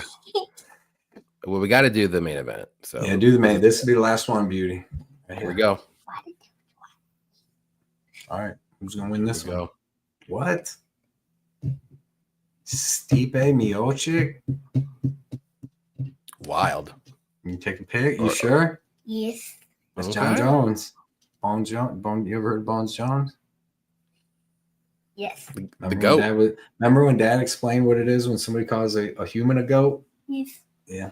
Okay. Stipe Miocic. You want to say anything to everybody? That's watching. You say thanks for watching. Thanks for watching. Thanks for picking all of the winners. Watching my pet. It's crazy, dude. All right. Well, have a good night, baby blood. Say bye to Johnny. Make sure your dad gives you the money that you win, though. I know he doesn't give it to you. Dude, that parlay is going to be wild. I'll put that one in for like 10. Dude, that'll win you so much. Dude, that'll win you like 100. Then we just do 10? Yeah, pretty much. I didn't count them all up. You did a lot. You did good. All righty. Dude, what? Right. Yeah, she picked Stipe quick, but that was a young picture of Stipe. That was like that's true. That was a young picture of John Jones too. Yeah, but that was when Stipe was knocking fools out. Got the big blockhead. Oh man. Here we go. This is a good stat. Chris is 0-3 at the MSG. Ooh. Well, we gotta win sometimes. Okay. I like that stat now. Yeah. That's good. I like it. I think Weidman wins. What's up, Justin? Much love to you too, Yo, Mushroom. Appreciate what you up, coming what out, up, hanging bro? out. I didn't see you over there, but probably ahead. There we go.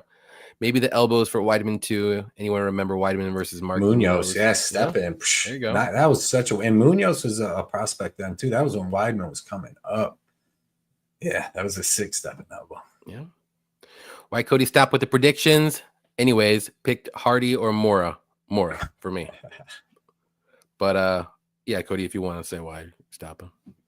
Oh no, yeah. I'm just doing other stuff. I've been so busy with work, having a bunch of stuff going on, and I have no time, dude, for all the stuff that I've been doing. But hopefully, sometime here soon. Not soon. It's gonna be a while, but I'll Cody get back already said into it's it. going to be at least 35 months. So No, I didn't say. But like, if I do though, I might just come back and do the predictions because I mean, I can easily do that. Come back and do the show. Because like even when people would be like, "You're doing a lot of tape study," I was doing that for me though, to put in bets when I'm betting big money, and then it just helped. And then I don't know what happened. Well, This that's year how I sucked started too. balls, Like but I was watching UFC and I'm like getting into it. I'm doing my own tape study, and I'm like, and then my wife was like, "Why don't you just do it on YouTube? You watch all these guys, you do it." And I'm like, "Well, I am right, doing the work.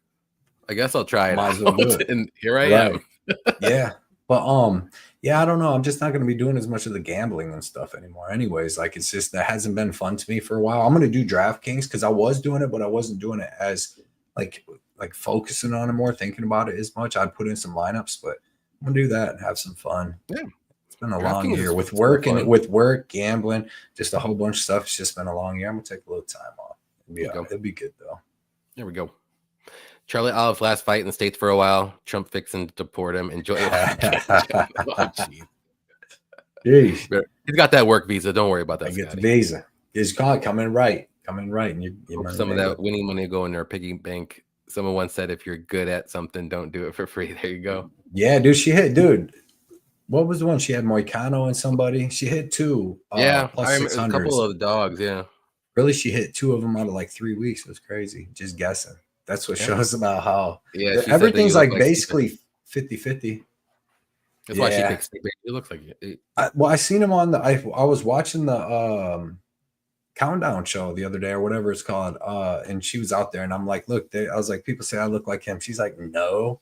It was like Steve doing something. Yeah. And then she just came and picked that. But I explained to her about John Jones too.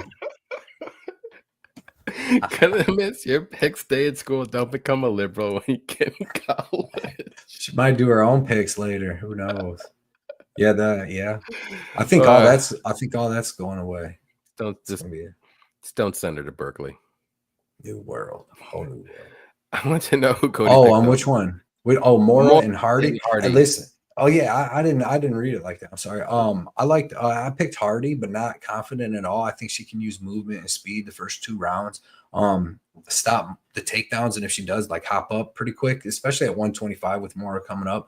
But it's tough because if Mora comes out within the first like 45, 50 seconds and just grabs Hardy, and takes her down, it's gonna be a long freaking night. But I think Dan Hardy comes in with a good game plan for her. She uses that speed and stuff. 3rd round will be tough. She slows down a little bit, like she did against Horth a little bit, started getting beat up. But I think that she survives and wins. Close fight. Close fight. Yep. Mushroom, I don't remember hearing this, but when she said you watched these guys, was she talking about fights? I'm gonna guess fights. Oh, what's that? Porn. I don't know. Baby Blood must have said something. I don't really remember hearing that. But definitely fights. But yeah, I showed her. I was just explaining John Jones. I'm like, they said he's the GOAT, and then I explained what GOAT was. She must have forgot. She seen Stipe. There you go. That's wild. Guernica, don't you come near my units. Hey, Yanni, shout out Guernica. What's up? That's my dude. Vlad. I need to get him back on the show. Yeah. Oh yeah. Haven't talked to him in a while. Yeah, it was better when we could do all them pre-shows. That's when we got to get everybody together. Because Friday nights was hard. Not a lot of people are there. I mean, most people's doing some stuff on Friday. Yep. Maybe that, like I said too, I want to get to a day shift. My shift sucks at work. My work sucks. A lot of stuff. So once I can get my work together, I might come back later on. way Bears later. suck. Bears suck. They're so bad. Yeah, I'm still representing the hat because this is a cool hat, but a Steelers God, fan. I they're think we can so win it. We're about to bad. whoop. Steelers about to whoop all them guys anyways. We just had to give it to freaking Washington. That was a good beat. He was repping the Bears tough. Do you see that in stats on your boy? The completion rates. I just Dude, read something like past 15 yards. literally He's got the worst. this is since they've been the tracking that Bears shit. like every year, and I get sucked in every freaking year. It's coaching and management and owners. It's not the players. It's the Cleveland Browns. coaching. Well, no, It's terrible. No, it's weird because like Cleveland actually gets good players because they always got they actually get all the first round picks, but then they fuck it off. And when somebody comes into Cleveland, they're so used to losing. Because I'm a Steelers fan. I've been it my whole life. My dad's from right by there, but I grew up right by Cleveland, dude. So I wear Steelers coat. Them dudes all want to fight you all the time. So you better get tough up there. Well, they just always suck. And then somebody like Mayfield will come in and get them to the playoffs, then have like a bad year, and they're like, get him the fuck out of here after like 8 games. But Chicago don't even get a good team together. Like you guys got bad quarterbacks. You don't got any good receivers, no running backs. Like, oh no, we have a good team now. It's just that we don't have the coaching to coach them to call the right plays and have a good team and good management. And who's your guys' running back? DeAndre Swift. He's pretty good. Okay. Yeah, you guys got to get it together. You should have cut Fields and just built around that dude. His team sucked when he was there. Yeah, man. The coaching sucked. Tough year, man. But Fields is very limited. Fields is very limited. As I told everyone early on, Fields was doing good, and everyone was like, "Oh, Fields is good." No, just you wait, and he got benched, and he's done. Dude, you got to give these dudes like 4 or 5 years to see. Look at Sam Darnold. He was a complete bust, and then now he's good. But he probably has a good coach. He's decent. Go figure. There you go. You find a good coach, they could probably teach you how to do some stuff and have a good game plan and call good plays and actually do things that you're good at.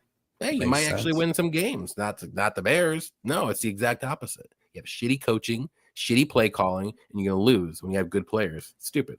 Damn, who hit this button on Johnny in the chat? Anyways, talking about the NFC North. Let's go on to the next fight. Sorry, guys. Up, man? Jonathan Martinez versus Marcus McGee. You go ahead and start this one, bad boy off. Don't talk about the Bears, please. It's my hat. Right. I like the hat. It's really cool. It is. That's a nice hat. I'll give you that. This is a good game. Or not? It's a good game. Jeez.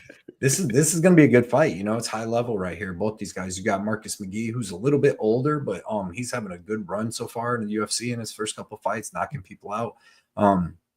Fighting a dude that's been established, been fighting in the UFC for a long time, but he fought a lot of lower level guys and then kind of just moved himself up in the rankings more here recently, but looked pretty good, like against Nurmagomedov and even against Aldo a little bit. You know, he had a good second round against him, but yeah, I don't know. This is going to be a good fight. Like I said, it's a step up for McGee, who he throws nothing but power, trains with Sean O'Malley, hits hard, good offensive wrestling, good defensive wrestling. You can tell he's just like a big, strong dude. We don't know, like he hasn't fought like the highest level of competition, so we don't know how he's going to do if he eats some leg kicks and stuff. We haven't really seen him fight a guy that's as good as with leg kicks as Jonathan Martinez. Martinez has pretty good boxing too, good offensive and defensive grappling. So I think that this fight, I don't think either one of these dudes is going to be able to wrestle the other one down and hold him down. So I think it's going to be a striking fight.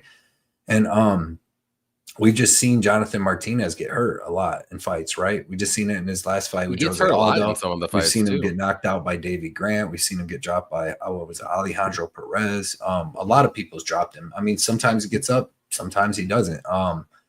I just feel like in this fight, dude, I feel like Marcus McGee's like a monster for real. I feel like this dude's a beast. Like you seen Gaston Bolanos ain't like terrible fighter, and when you watch that fight with Marcus McGee, dude, he beats his ass the whole fight. Like hurts him right like quick, drops him like 6 times in the fight before he finally finishes him. So like McGee's tough. He was supposed to be a fighter and supposed to be a beast. They said when he was like 26, 27, supposed to be making his way to the UFC, but he kept getting hurt and a bunch of different shit happened. So that's why he made it here now. But I think this is a standing match. I think that as long as McGee doesn't get that lead leg chewed up like real quick, real early, I think he lands some big shots. I think he gets Martinez out of there, to be honest. So Give me Marcus McGee by finish. But if you bet on him, like I said, I'm not going to have no bets. I'm going to have some DraftKings in. But if you bet on him or whatever, and you see like within the first 45 seconds, because Martinez throws a lot of, he's a southpaw and he just throws a lot. He throws leg kicks with both legs too, inside and out. If he starts cracking him and you see like McGee limp a little bit and start switching stance, you can be like, fuck. So I feel like McGee's going to out tough that. I feel like he trains with fucking Sean O'Malley, who should be pretty good at getting him ready for that kind of stuff. Kyler Phillips and them. So give me McGee. I think McGee's a beast. I think this dude's going to have some really good fights in the UFC. Yeah, we're on the same page again. I like McGee here. Martinez is always going to have those dangerous leg kicks. He's got pretty good boxing. I wouldn't say it's amazing, but he's more so a kicker. He's got nasty kicks, and he does leave himself open to be countered a lot with those kicks. And when I say this, I'm not trying to compare McGee and Aldo, but McGee has kind of the same pressure as Aldo. He likes to pressure, and you pressure a leg kicker, and when he's got the power to counter it. And if you do that like Aldo did, Aldo was very successful doing it. And I think McGee can do, I don't want to say the exact same thing, but pretty close to that. And if he does anything remotely close to that, he's going to win this fight pretty clearly. So I'm banking on that. I do think he has the wrestling upside because Jonathan Martinez isn't going to wrestle. He does have a good get up game if he gets taken down. So maybe McGee will only do that if he's in trouble. But if he just keeps pushing forward, he pressures the kicker like you're supposed to, and you just box him, I think he's going to win this fight. And there's just a very clear path to victory for him. For me, Martinez is going to have to keep it at range and hurt him on his legs. Otherwise, I don't think he's going to win. Like I don't see a knockout. Unless it's a leg kick knockout or something fluky. So, but give me McGee. I like him to win. I'll say by decision. Jonathan Martinez is pretty tough, but McGee he's tough as hell if he don't get knocked out. Like he's a dog. Correct. Yeah, but I mean, he can get dropped. He gets back up, or he survives him getting dropped. But like he gets knocked out. McGee. It wasn't too early. It was a while ago though. Yeah, David Grant. It was David Grant, right? Okay, so it's been a while. But he has been dropped. He can get dropped pretty easily, but he gets right back up. But I think it's gonna take a couple. Marcus McGee, that motherfucker. I know he can crack, but I think it's gonna take a couple cracks to crack him. So give me McGee though to win. I'm weirdly confident he wins this fight. I know Jonathan Martinez is good, and this is a step up for McGee, but I just think the style that he has can beat Jonathan Martinez. Yeah, he pressures and he doesn't give a crap what you're going to bring at him because he's just going to keep coming forward. Jonathan Martinez doesn't like that. He doesn't like it. Don't let them leg kicks get you. Yep. But yeah, it's going to be a scrap though. It's going to be fun. Like if you watch that Nurmagomedov versus Martinez fight, that's a banger, and it shows you he's well rounded, tough as hell. Saeed won that fight. I would like to see Saeed versus McGee after this. That'd be a good fight. That'd be good. Yeah. Let's see. Rem Dog. I trust a guy that used to skate professionally to be able to check those. There you go. Right. And take the pain too. Take the pain too that comes with it. So yeah. Bad luck. He's a beast, dude. Like, bro, like McGee's a big motherfucker, bro. Like Jonathan Martinez is usually like a little soft. He's not like, and it's not like he's chubby or nothing, but he's just like, and McGee, it says they're the same height, but I just feel like McGee's just gonna be a bigger dude in that fucking case. Yeah, he's gonna be bigger. He might be like a little bit shorter, but he's gonna be clearly bigger. I think he could be a top 10 guy. He could be, like for yeah.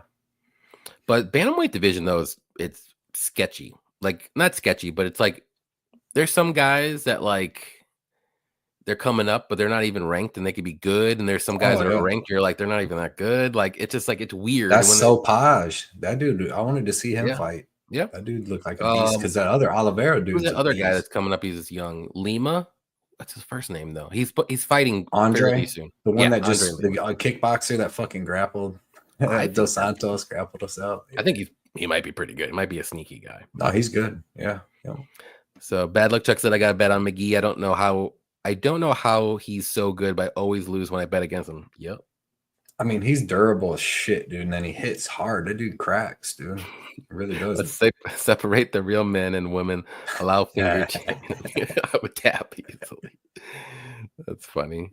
Yeah. Looks like he had a bowl of crack. Yeah, he does. Crazy. Yep. Crazy. All right. Main card. We got Mauricio Ruffy versus James Lontop or Yontop, however you want to say it. No brainer. Gonna go Ruffy here. I think this guy's legit.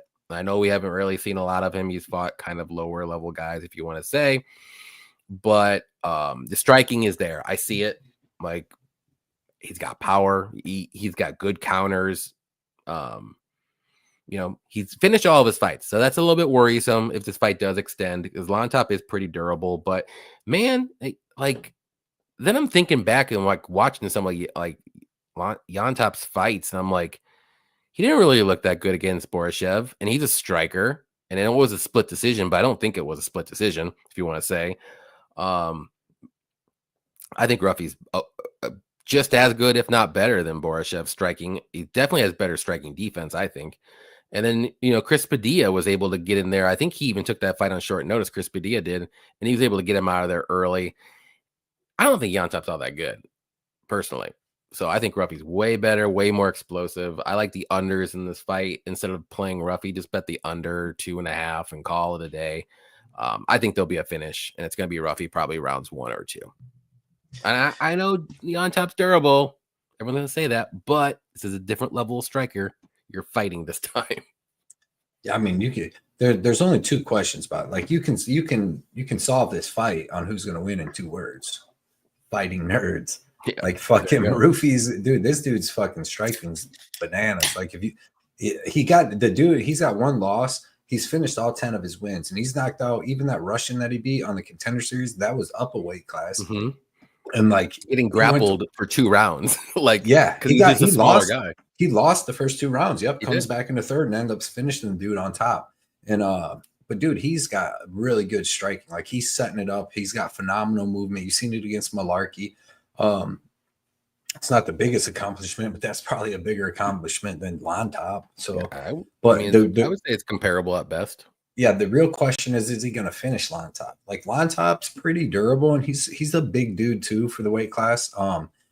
Seems pretty durable, but dude, the way Rufy hits, like, I think Rufy should be able to get this dude out of here. Like, he better, because I think this Rufy's special. So, like, I think he should be able to get Lontop out of there. He's going to be better, more durable, even better movement than Slavaklaw. Slavaklaw, by the time he's fighting Lontop, like, he gets hurt too. He probably don't sit down on his punches as much as he used to.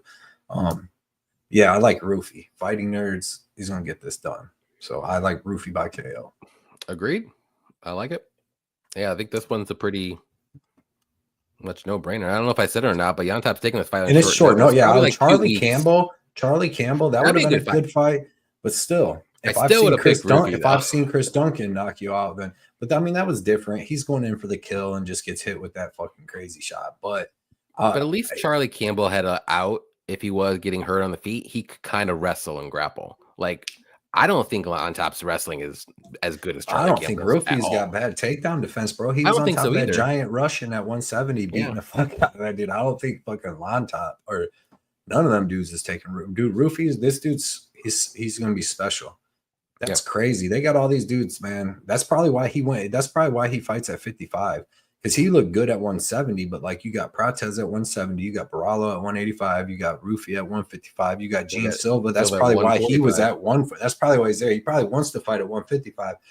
You know how teams do it. They usually want to have each dude like team That's up. A little monopoly right there, though. Sheesh. That's crazy to do. Dude, like, I've always said it, the Brazilians are the toughest people. They've always pretty much been it throughout time, even like throughout MMA, of just like, for how little they are, the people that they produce as champions, fucking nuts.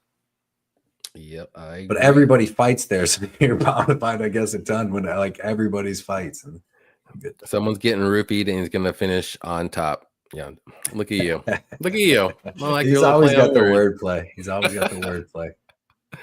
All right, next one's gonna be Karine Silva versus Vivian Araujo. Who do you like? This one's like tough to call. Like, I'm going with Silva because like, she's younger, she's good. I mean, she's good everywhere. She's way more dangerous. But like, Araujo is fucking good, especially in the grappling, like the offensive grappling. Like, I don't know if Karine Silva, she had 5 takedowns on Lipsky, or I think 5 takedowns on her. And obviously that was the first time it went to decision in one of her fights. But man, like I think that Araujo has way better grappling than Lipsky. Like if she fought Lipsky, she would go out there and take her down. And then her striking is not bad. Like Araujo has pretty good striking too. I won a bunch of money on DraftKings her first fight in the UFC because she came in and fought like Bernardo, I think, Talia Bernardo or something like that. And she was a big underdog. But I after I watched a little bit of tape, this was years and years ago. I've seen how athletic she was, dude. And she knocked her out. So I thought she was more of that, but she does a lot of grappling. But freaking the fight that she had with Ribas was terrible. She got hurt in that fight, and Ribas is only 115 pounder. Came up and looked decent. Silva is a big, super aggressive girl. That's the thing though. Araujo's like super strong and athletic too. What is Araujo? 37 years old? Yeah. Or 37, 30, I think. Yeah, 37, almost 38 because November 21. Yeah. So she'll be 38. She's literally days away.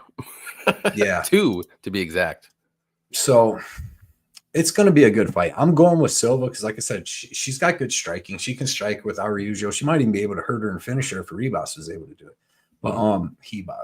But it could be a dangerous fight if Silva can't get the fight to the ground and Araujo just keeps it standing. I think Araujo might have better striking because, you know, Silva's throwing power and some heat, but it's not the most technical. But I'm going to go with Silva. I'm going to say she finds another way to like hurt Araujo, or maybe even Araujo shoots in on her and she locks something up. But I hope she wins too because I'm high on Silva. I want her to find a way to win and keep moving up the rankings. But what's the line on this? Silva like minus 270. Silva's like minus 260. It's a big line, but she should cover it. You know what I mean? She's been going through she people. should. But this is step up because like I got burnt even with Araujo when I bet like Maya against her. Not Andrea Lee. I actually bet her against Lee, but yeah, she fought tough against Grasso, but she gasses a little bit too. But that's the problem for me.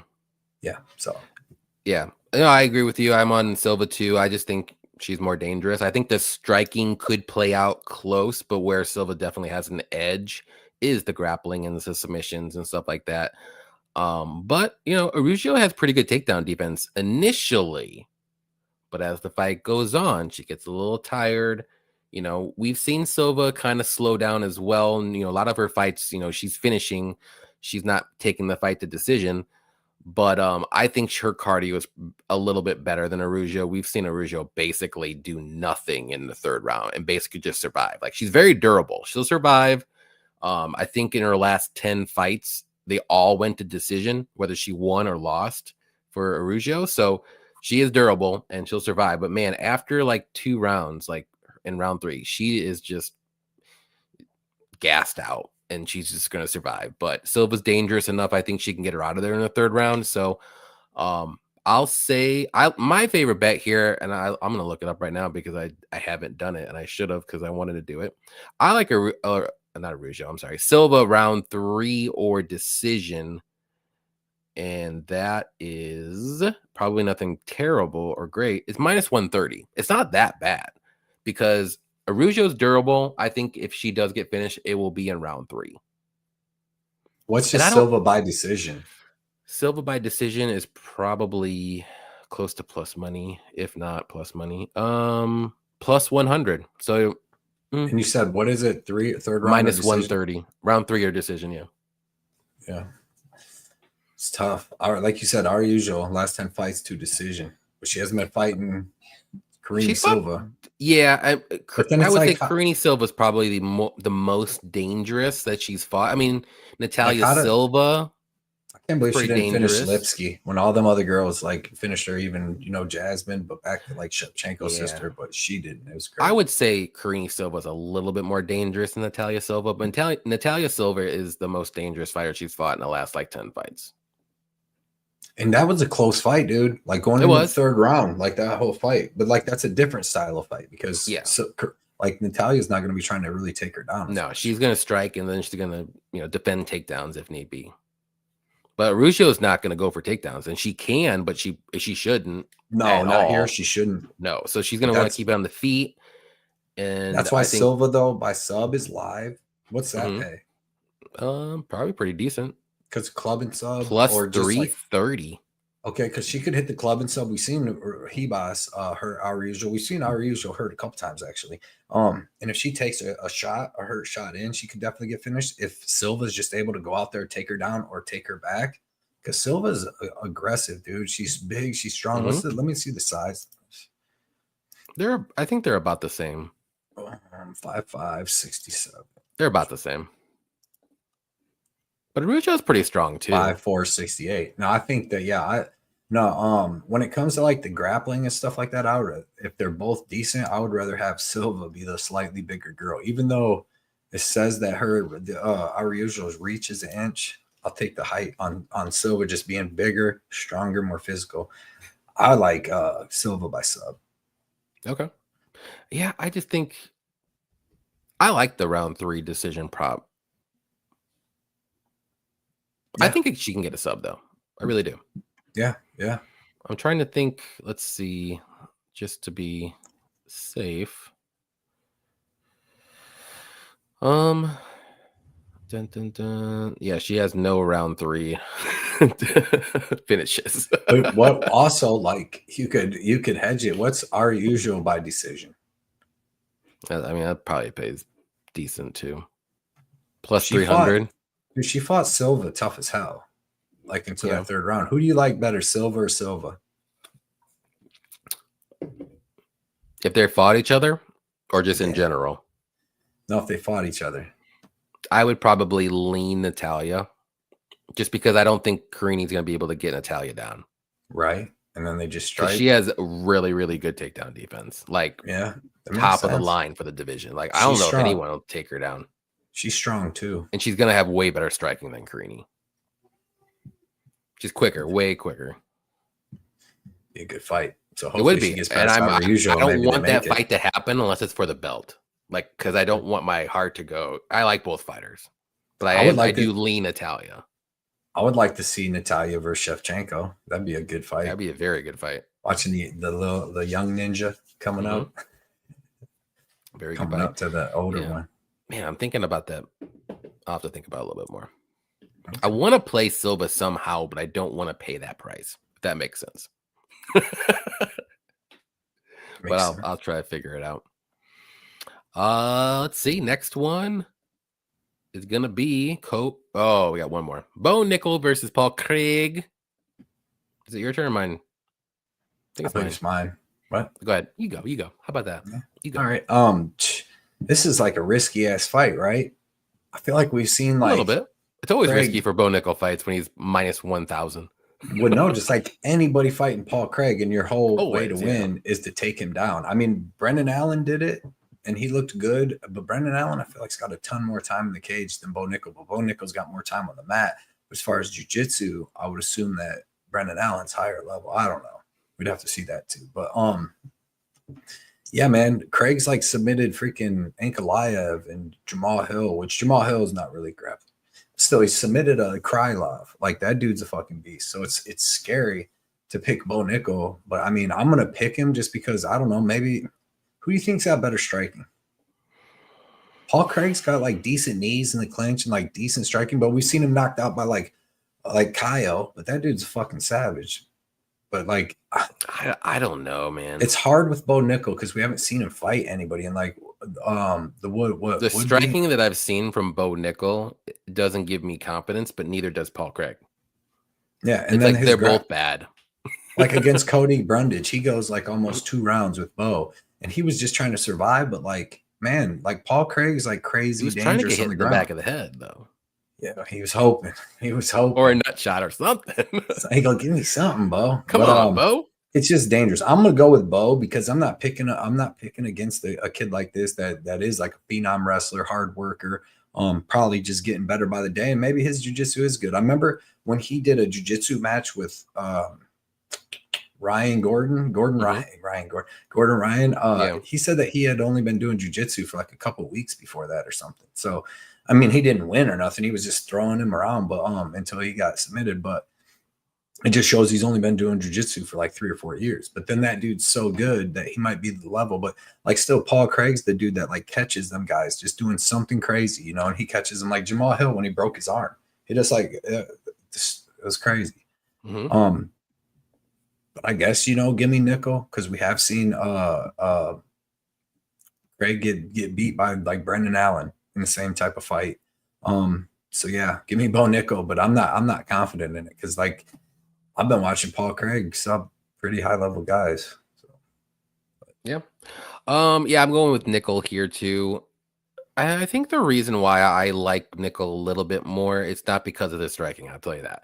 I do think he's got better cardio than Craig. Craig For just sure. gasses after one round, and we've seen nickel do pretty good in round 2. I know he hasn't gone into round 3. I don't think in his career I don't yet, think that kid's but gonna get tired. I don't think he's gonna get tired. He looked pretty good against Brundage, and that was a pretty Russell heavy game plan for him. Not to say that's gonna happen like that in this one, but yeah, Paul Craig is always dangerous in round 1, but then after that, like I think that's where nickel takes over. He can get a takedown and just stay in half guard until he's good to go, and maybe get a submission later on, or a ground and pound knockout or something like that. Second or third. Yeah, and you know what? I'm looking at that over 1.5 too, and I was kind of thinking about it. It's plus 135. Like this is a pretty big step up quick, because what he's going from that Woodbine or whatever his name was, and then Woodburn, and then Cody Brundage, and Cody Brundage up to Paul Craig. Like it's a big step up. And I mean, he's fought the 3 probably lowest level guys. I would be more confident if Bo Nickel was coming in as a big prospect up against like Paul Craig, if Bo Nickel was like a badass striker that could use some takedown defense. But it's dangerous, because Bo Nickel, like if they do some exchanges and Paul Craig hits some good and Bo Nickel's like, all right, let's grapple, and it's still the first round. Like even Nikita Krylov, that dude's a badass grappler. Like I'm high on Nikita Krylov's a tough ass dude, good cardio. And he caught him. I'm like, holy shit, but just takes one mistake. But I hope Bo Nickel wins, keeps moving up. Will you say you see him finish him second or third? Yeah, I'm gonna say second or third. It's just for me with that over 1.5, it's plus money, which is great. But that 2.5 minutes, man, like Paul Craig, you're like, I was sweating against the Kyle fight because I had the over 1.5 then. And then I'm like, oh no. And it like just missed by like 20 seconds. And I'm like, I could see that happening right here, like the crazy seconds thing is, away.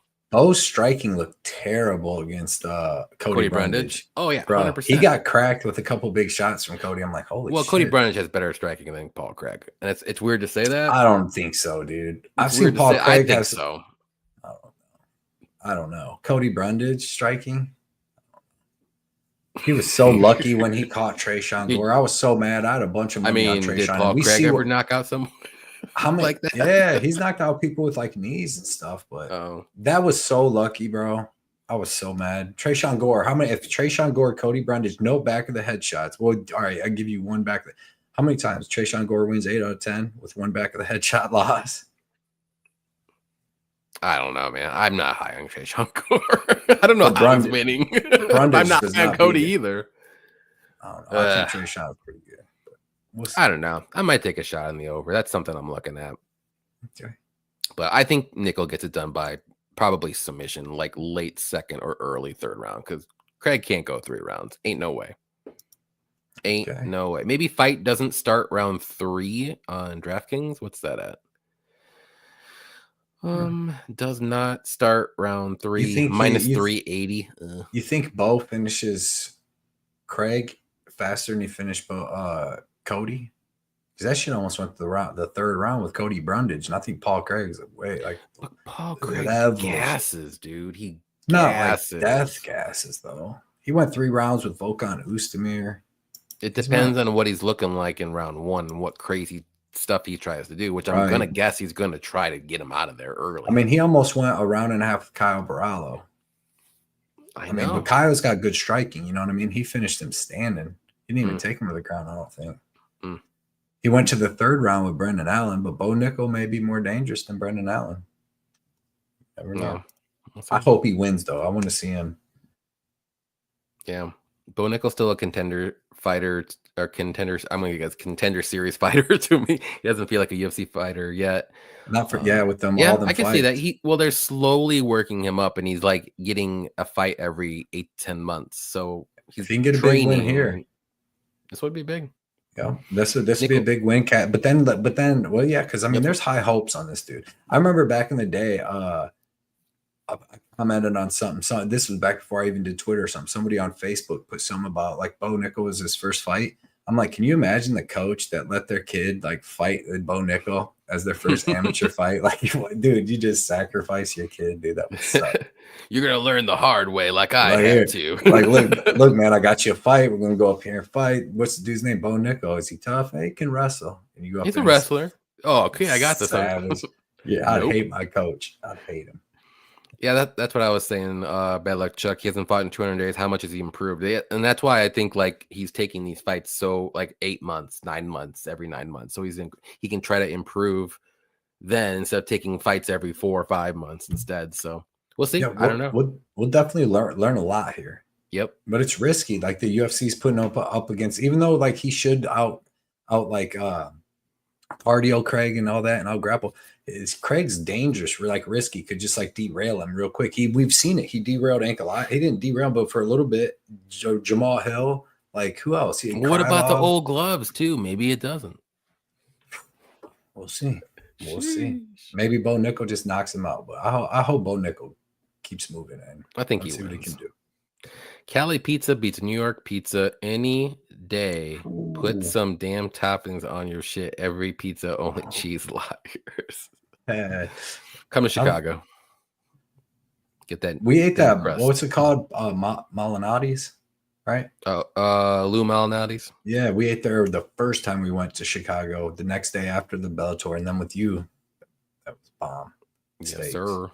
Yes, sir. Kyle's smart. He's one of the smartest fighters. Yes, sir. He's huge too. Just like John Jones said when he met him, he's like, "Bro, how are you so big? That dude's fight." Because and on the Contender Series, the first fight he won was at 185. The second was at 205. So he can probably fight at both. Yep. Might become a double champ someday. Could be. But all right, let's go to the co-main event, which is going to be my main event. Charles Oliveira versus Michael Chandler. And sorry, guys, all you Chandler lovers, Charles Oliveira is getting this one done. Getting it done. Look right here. Do Bronx. Right here. Do Bronx winning. We've seen it. We've seen it in the tea leaves already. He was able to outstrike him. I know he got hurt in the first round, but Chandler isn't the greatest doesn't have the greatest fight IQ from any of these fighters. He likes to put on a show. He'll go all out for it, and then sometimes that backfires on him, which a lot of the times it does. And Oliveira, I think he's still there. I think he's going to try to strike with him early. Probably Chandler out of nowhere will try to go for a takedown, like a power takedown, and get it because he's super strong. And then he's going to take this fight to the mat, and then that's going to be his downfall because Charles will eventually get it reversed, take Chandler's back, and probably get a submission. I think this fight doesn't get out of round 2 one way or another, whether it's going to be Chandler, whether it's going to be Oliveira. But I'm going with Oliveira. I think he's still got it at 35, and Chandler hasn't fought in 2 years. He was waiting for that payday fight against McGregor, and didn't happen. And got a lot of stuff going on in that interview with Ariel. I don't know if he did something crazy. He seemed like he was sad. I don't know where his headspace is at, but I know Oliveira just had a baby. Chandler, you see that? Okay. Did you see the Chandler interview with Ariel? No. I don't know. You have to go watch it. I don't know. I don't know what to watch. You said he looked sad. He looked like sad or something. Like he did something he shouldn't have done or something. If you want to say, but there's speculation out there, but I don't know where his headspace is at. Anyways, but Oliveira just had a baby, and the baby bump. All things point Oliveira right here. So give me Oliveira. I'm gonna say second round submission. I think he gets a submission this time instead of a knockout because usually rematches don't happen the same way. So, but I'm going to go with the submission instead of the KO. That's what happened last time. My guy. Yeah. Champion. Last time. Champion again. Woo. Last time I bet Charles Oliveira. Charlie Oliveira. Well-rounded, freaking tough dude, Muay Thai. Dangerous standing up, dangerous on the ground. Michael Chandler's a powerful-ass, explosive fighter. Dangerous standing up. Pretty good ground and pound, but he's not going to be dangerous really on the ground with Charles Oliveira. He's not really going to want to go there with him. But in this fight, in the rematch at this day and age for this fight, I'm gonna go with Chandler. All right, listen. The reason why is I think that this time I think Chandler's gonna crack. Everybody cracks Oliveira in the first round. Let's not. But we have technical difficulties from Cody. I don't know. He muted me. He muted me. Good. But listen, so Oliveira, dude, I believe, man, when that first fight, when he got cracked by, he was this close, dude. I had a big bets on Oliveira. He was like face down on the thing, moving his head. And like, dude, just had like that the brand new baby spirit in him, like where he actually came back when he used to quit, then he stopped. And Chandler used a lot of energy, but came out and got hurt early in the second round, obviously got finished. But then Oliveira went on that crazy run. He's the champ, did all of his stuff, but now it's been another little while. He had the letdown against Sarukian, which was a good fight, but he's tough as hell. But dude, I honestly think that in this fight, like Chandler's going to crack his ass. He's so fast. I think he's going to hurt him in the first round, like everybody does. But I just don't think that Oliveira survives this one. I think he's took a lot of damage. He's even took more damage since that fight. He took a lot of big ass shots against Poirier. Didn't take any damage against Arman. No, but didn't take any damage against Benio. Islam hurt him a little bit, and that was years ago. Live in the present. I'm just saying Poirier put a beating on him before that happened, but I just think that in this one, I think Chandler, and plus I just watched the whatever countdown, and like I just feel like Oliveira don't look as cut up and like is just what he was like 3-4 years ago on his title run. I feel like he was bigger. I didn't even feel like he looked all cut up and like crazy champion shape. He just had another baby. He's not really going on a title run. I think he knows he would have like 2 or 3 fights he would have to win. And he's like, what, 34 right now? Not to say he couldn't do it, because I do love Charles Oliveira. And maybe one more, he got a title shot. Yeah. Yeah, maybe. But I just got a feeling in this one, Michael Chandler cracks him. Is this a gut feeling?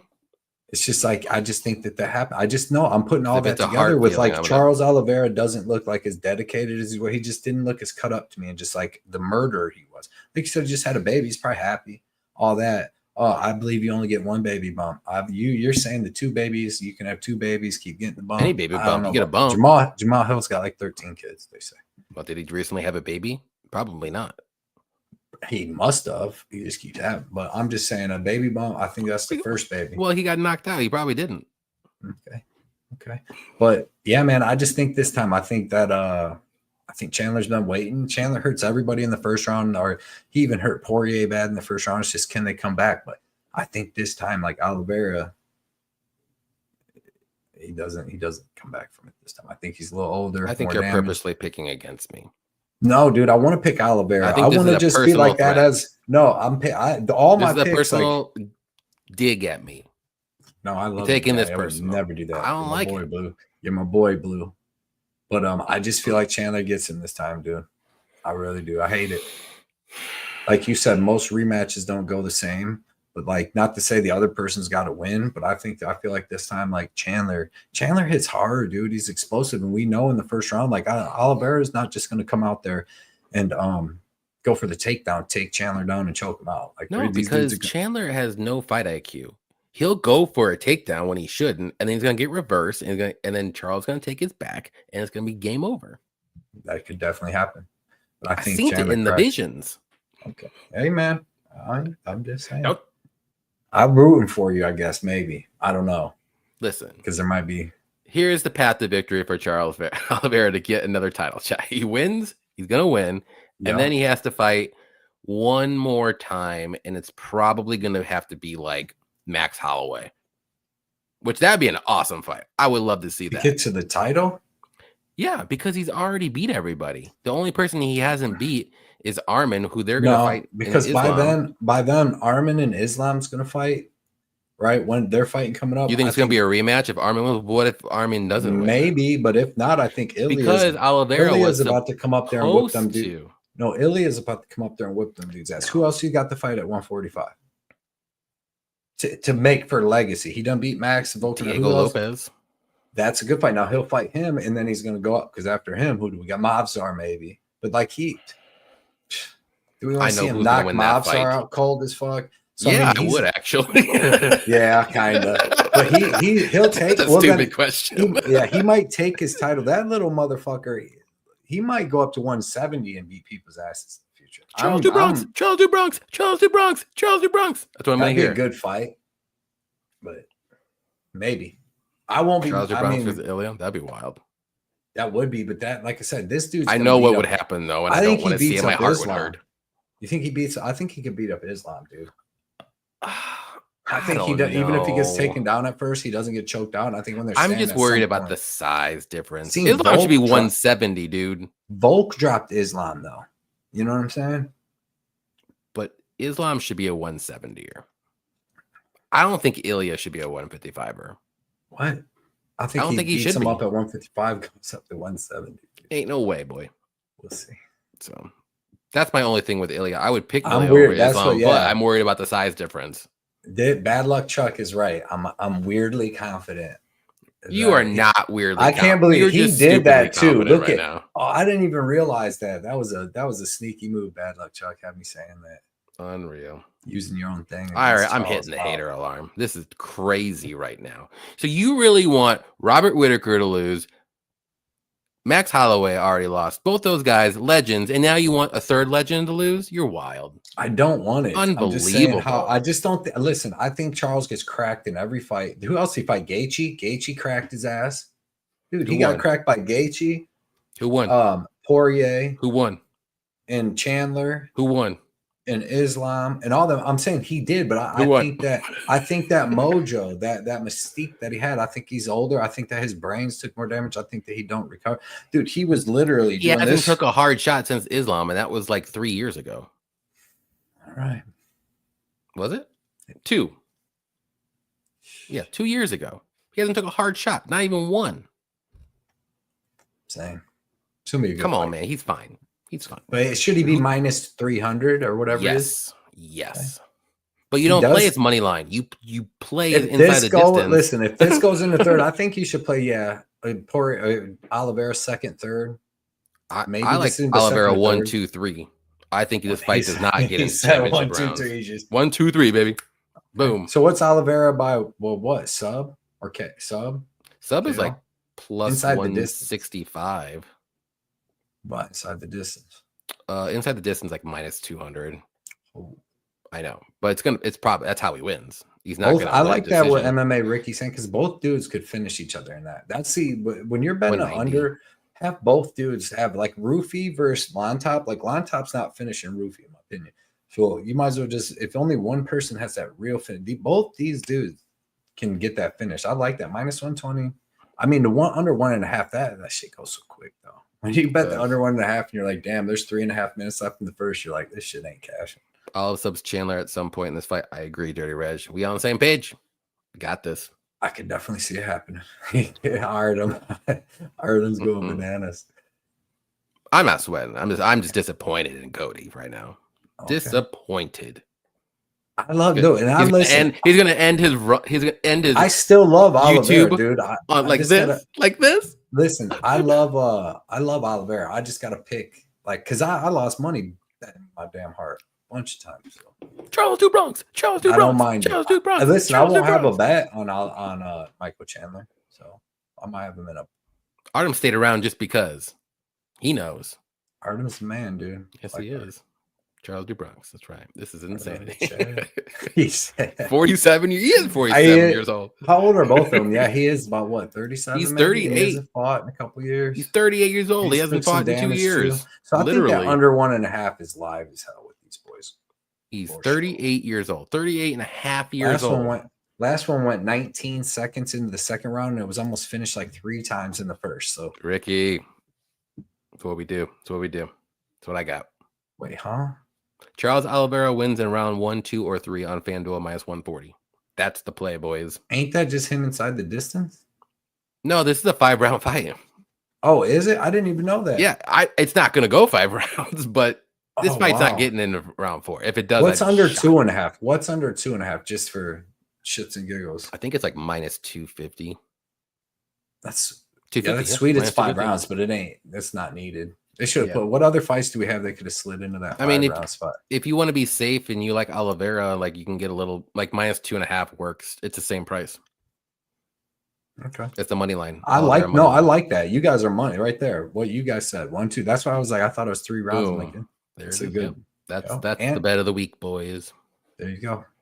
I love it. There you go. I already got it. Let's go. Next Perfect. one. Here we go. Where do you make them bets at? That one's on FanDuel. You can only do that. I think you can only on do that FanDuel. one on FanDuel. Okay. John Bones Jones versus Stipe Miocic. Who do you like? I mean, I gotta go. I'm picking John Jones, right? I'm not Oh, are gonna you not- going with your heart? No, I'm just going with like logic. I don't. Not even. It's just like, you just expect him to win, but like, do I like Miocic has a fucking chance because if when they're standing, like Miocic's gonna be way more dangerous than John Jones, right? Miocic can crack, dude. He's put big dudes out cold. John Jones is tough, but we ain't seen him at heavyweight crack. We haven't seen what he does. We haven't seen him take a punch at heavyweight. You know what I mean? He took Cyril Gane down and choked him out. True. Since then, he's torn his fucking pec, which ain't good, especially for an old dude. And that's a terrible injury too, tearing your pec. But Stipe in these countdowns looks old. The other guy, I'm not gonna lie, it seems like he got a little older. He's got more fights. 42 years old. He hasn't fought in 4 years.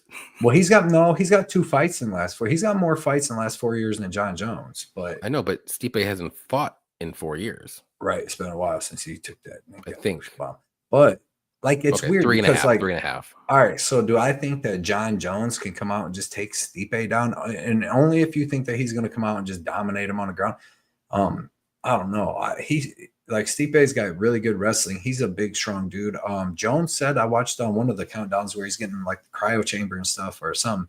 And he said like his cardio ain't as good as it was that he's up at heavyweight because he's bigger. So he does all this extra stuff. So I don't know if he's just going to come out and try to wrestle from right off the bat and keep that up for a 5-round pace. But Stipe is like a big, long freaking fighter. But it's like, what Stipe are we going to get after it's been fucking 4 years? But so if that's what I'm saying, John Jones wins, but I don't know exactly how. Like he outstrikes him, maybe mixes in some grappling. Stipe's got excellent cardio. He's always had really good cardio, going 5 rounds with Cormier and just different people, and keeping up great energy the whole time. We've never really seen him tired, even with Francis, and he had to fucking throw him around in their first fight. So, I just wish that Stipe wasn't as old as he is. You know what I mean? I wish we'd have got this fight where these dudes were both a little younger, but like I said, Jones coming off the pec injury, and then like I don't think John Jones is going to be able to out wrestle Stipe and just hold him down like that. So then they're going to be striking. And I honestly think that like Jones is going to throw more strikes, like his front kicks and all that. But then like Stipe is going to be throwing power with really good boxing. But I just got to say, John Jones is going to find a way to pull this out. It's what he does. Judges love him too. So give me John Jones. I'm going to say by decision. This ain't going to look nothing like the Cyril Gane fight. Really? Decision, eh? Yeah, because I mean, John Jones ain't hurting Stipe striking, I don't think, and I don't think that he's gonna take him down and sub him either. So Stipe's a big dude too, man. He's 6'4". He's gonna be up there, the same size as John Jones. And you don't usually see that. You know what I mean? John Jones has always been the bigger person. I wish we'd have got to see a little more because outside of the Cyril Gane fight, John Jones hasn't been looking good for fucking like years. He didn't look good against.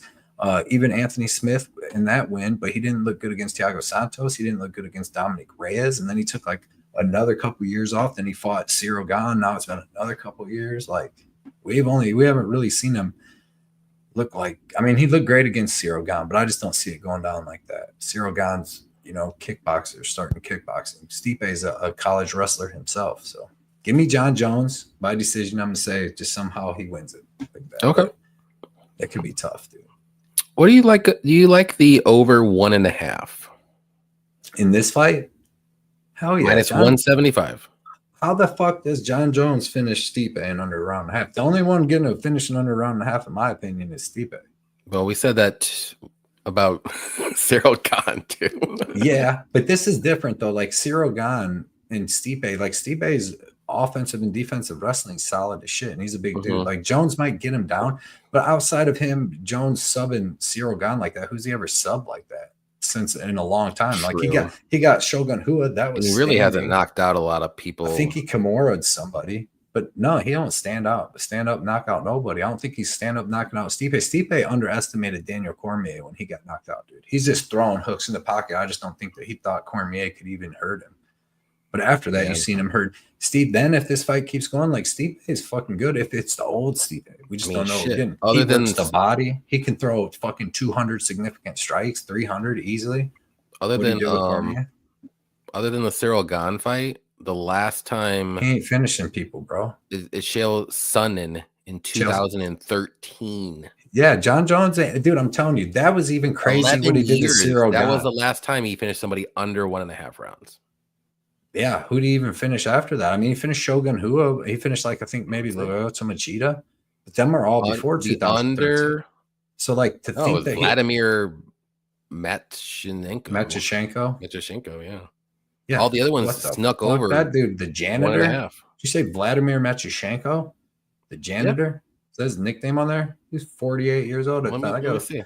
That fucking guy was fighting in Yeah, that's the UFC janitor. 4. Yeah, Yeah, that dude was fighting in UFC 4. I think he fought Tito Ortiz at like fucking UFC 13 or something. I was watching that. but he was Janitor. obviously I don't remember him, but Yeah, so he finished Bader too, I believe. But like them are all back in the day. Like the fucking finished Cyril Gane, that was crazy. Like so he finished 41 years old.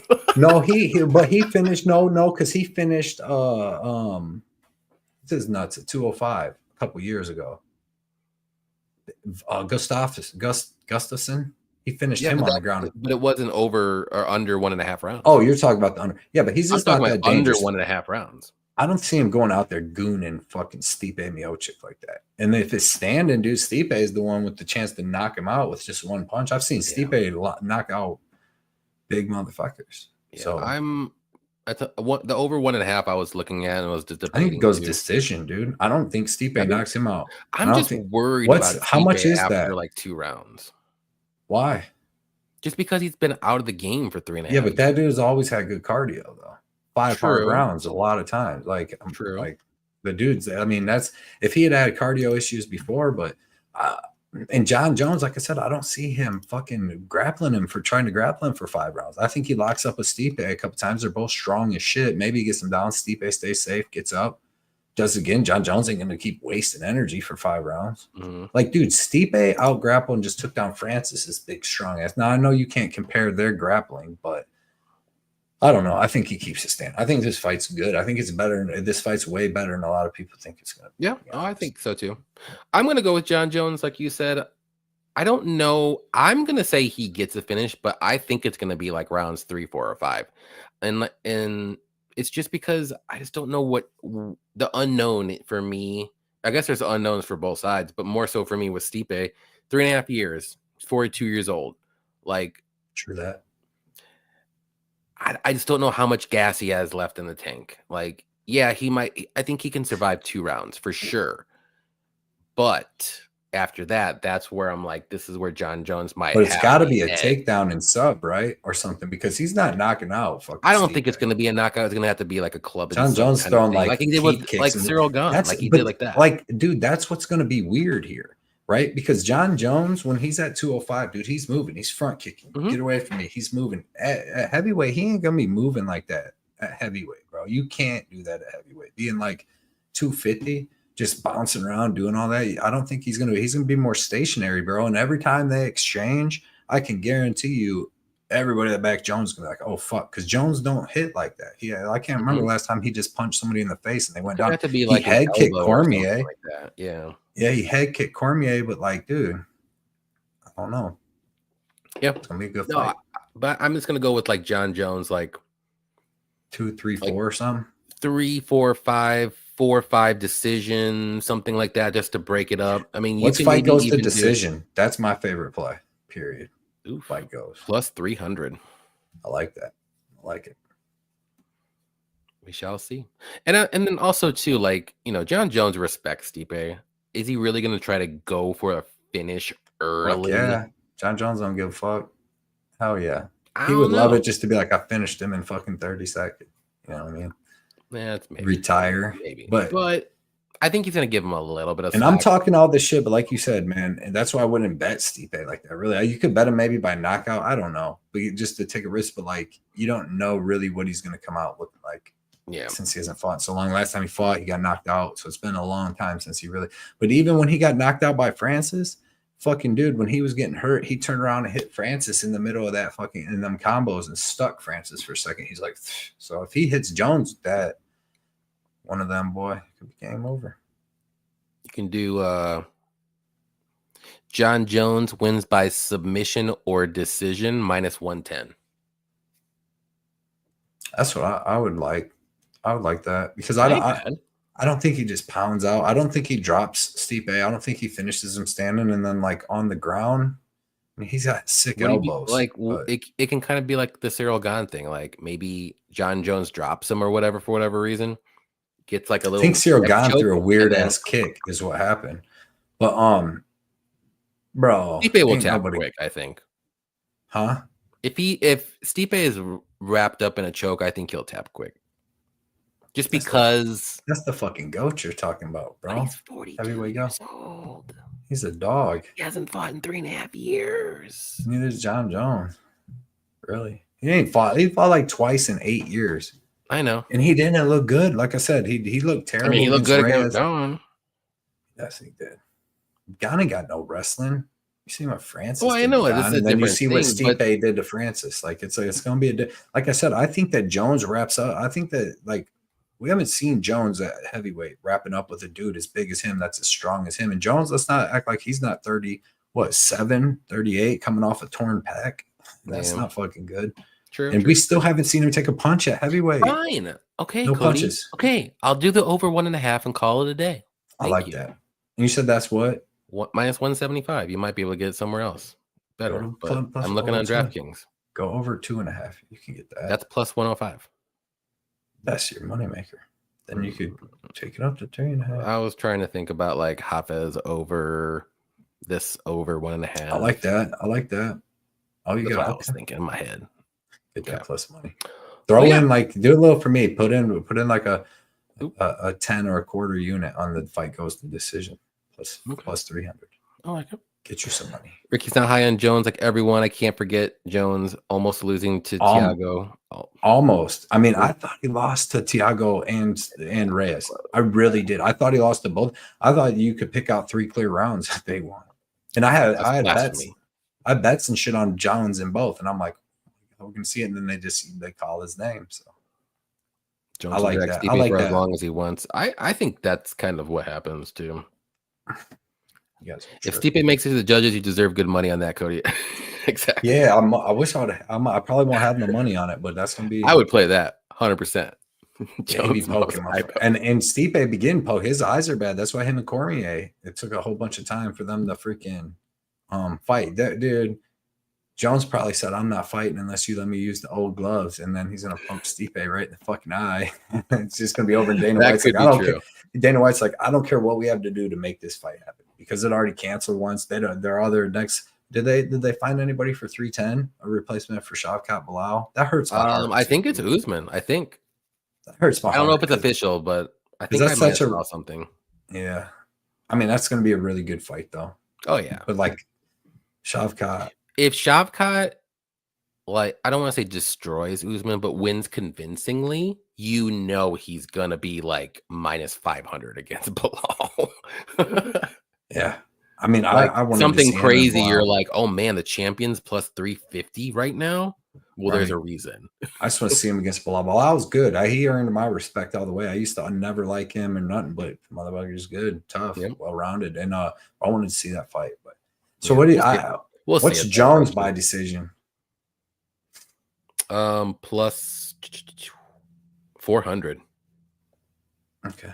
I don't see Jones finishing Stipe like that. I think Stipe, like he's got good wrestling. He's a big dude. I think, like I said, I think Jones locks up with him and Stipe moves too. Like the way, like I think Jones can be more stationary than Stipe. I think Jones goes in, locks up with him a couple times, maybe takes him down. Stipe's on the fence, gets up. and then I think that they just go. And Stipe's not. He's always had good cardio. That's like one of his best attributes. So Okay. I think it's gonna be a I'm stand-up fight. And on every board. time them boys start swinging, we know Stipe can throw some heat. He works the body, but I'm rooting for Jones. I want Jones to win. I'm picking Jones. I'm rooting for Okay. Jones. All right. Greatness. We're at the time of the hour where we're gonna do a live show bet, the last one for a while. Yes, sir. Yes, sir. What do you like? Like when I come back, I come back to you, Johnny. Oh, To defend adorable. your units. Adorable. Let's see. So we both who I like? Charles Oliveira. Yeah. I mean, we both like Jim Miller. Oh, you want to go that crazy? 2 birds, 1 stone, baby. But I like McGee a lot. Roofy's pointless. Silva fight's gonna be close. Oliveira, we're on different sides. Jones fights. I mean, we could just Mora Hardy, I don't like it. Elliott, don't like it. But I like Gall, but I still don't like it. I like Tabora, but I still don't like it. about Weidman. I like Jim Miller. I think when I look at this and see the fact that I think Jim Miller should be minus 150. Let's do Jim Miller plus 3.5 at minus 150. Okay. And then let's like do a nice safe. Roofy. Can we get Roofy in there? Yeah, but it won't be. It's minus 115. And my 115. What about Onama? What's Roofy at right now? Roofy's at minus 800. Onama, I don't see any odds. He's minus 1,000 on fight odds. Unless you want to do like Roofy minus 3.5. No, let's do Weidman Anders ain't going under. So what is that looking like? You want to do Weidman plus 3.5? What? No, I'd rather do the over 2.5. Like Anders ain't finishing nobody. Weidman ain't. I mean, I think Weidman wins that, but I like the under 2.5 though. I mean over because I don't know. Well, and then what about Chandler Oliveira? Let's do how about the under 2.5 in that? That's under 3.5. Minus 450. That'll get us there, right? Shit, we can damn near do under 4.5. We could do under 3.5. It's plus 101. I mean, that's super easy. That's got to do it. That has to hit, right?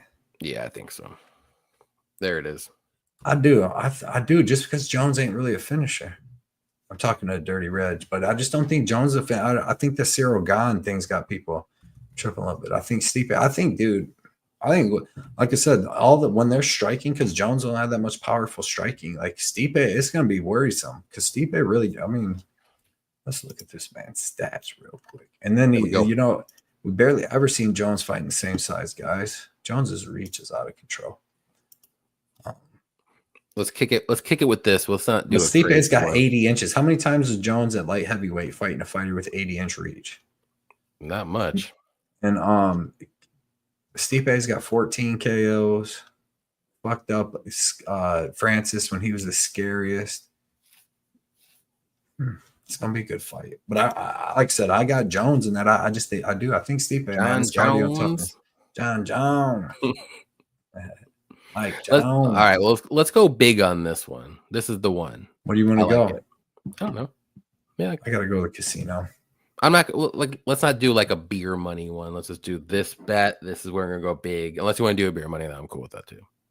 Yeah, we can do a beer money one. Let's do beer money. All right. Yeah, you talked me into it. Let's go. Yeah. Give me a crazy one that you like. Like plus 200 or better. Whatever one you like. I don't care who the fighter is. Let's see. I got it. Wait. Who do you got? What are you doing? I'm looking at. I was thinking McGee by decision. So you want to? Oh, okay. What's round 3 or decision though? 185.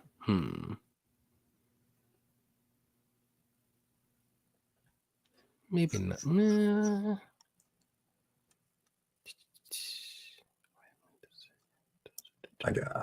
gonna have mine. What you got? This, I mean, like you said, it's a little beer money. Yeah. I am crazy. going to take It's a John Jones inside the distance. No, I meant sorry. Fight goes the distance. no, I am going to take Tybura by sub. Okay. What's that at? I think I don't see it on DraftKings yet. plus 350. Oh. That's what I like. And then I like that over too. Put in that John Jones. Fight goes the decision. That's plus 300. Plus that, we'll have some real beer money. You buy keg money right there. Why? What do you got, Dirty Reg? You got the under in that fight? I don't even know what Tybura. I can't get any Tybura ones on my books yet. No shit. We'll just do. Can you It's do okay, inside though. the distance? You can't do nothing on Tybura. No, they're not. They haven't put that out yet for any of my No books shit. yet. That's fucked up. What about just give me the Jones goes decision then? 5 for 300. That's wild.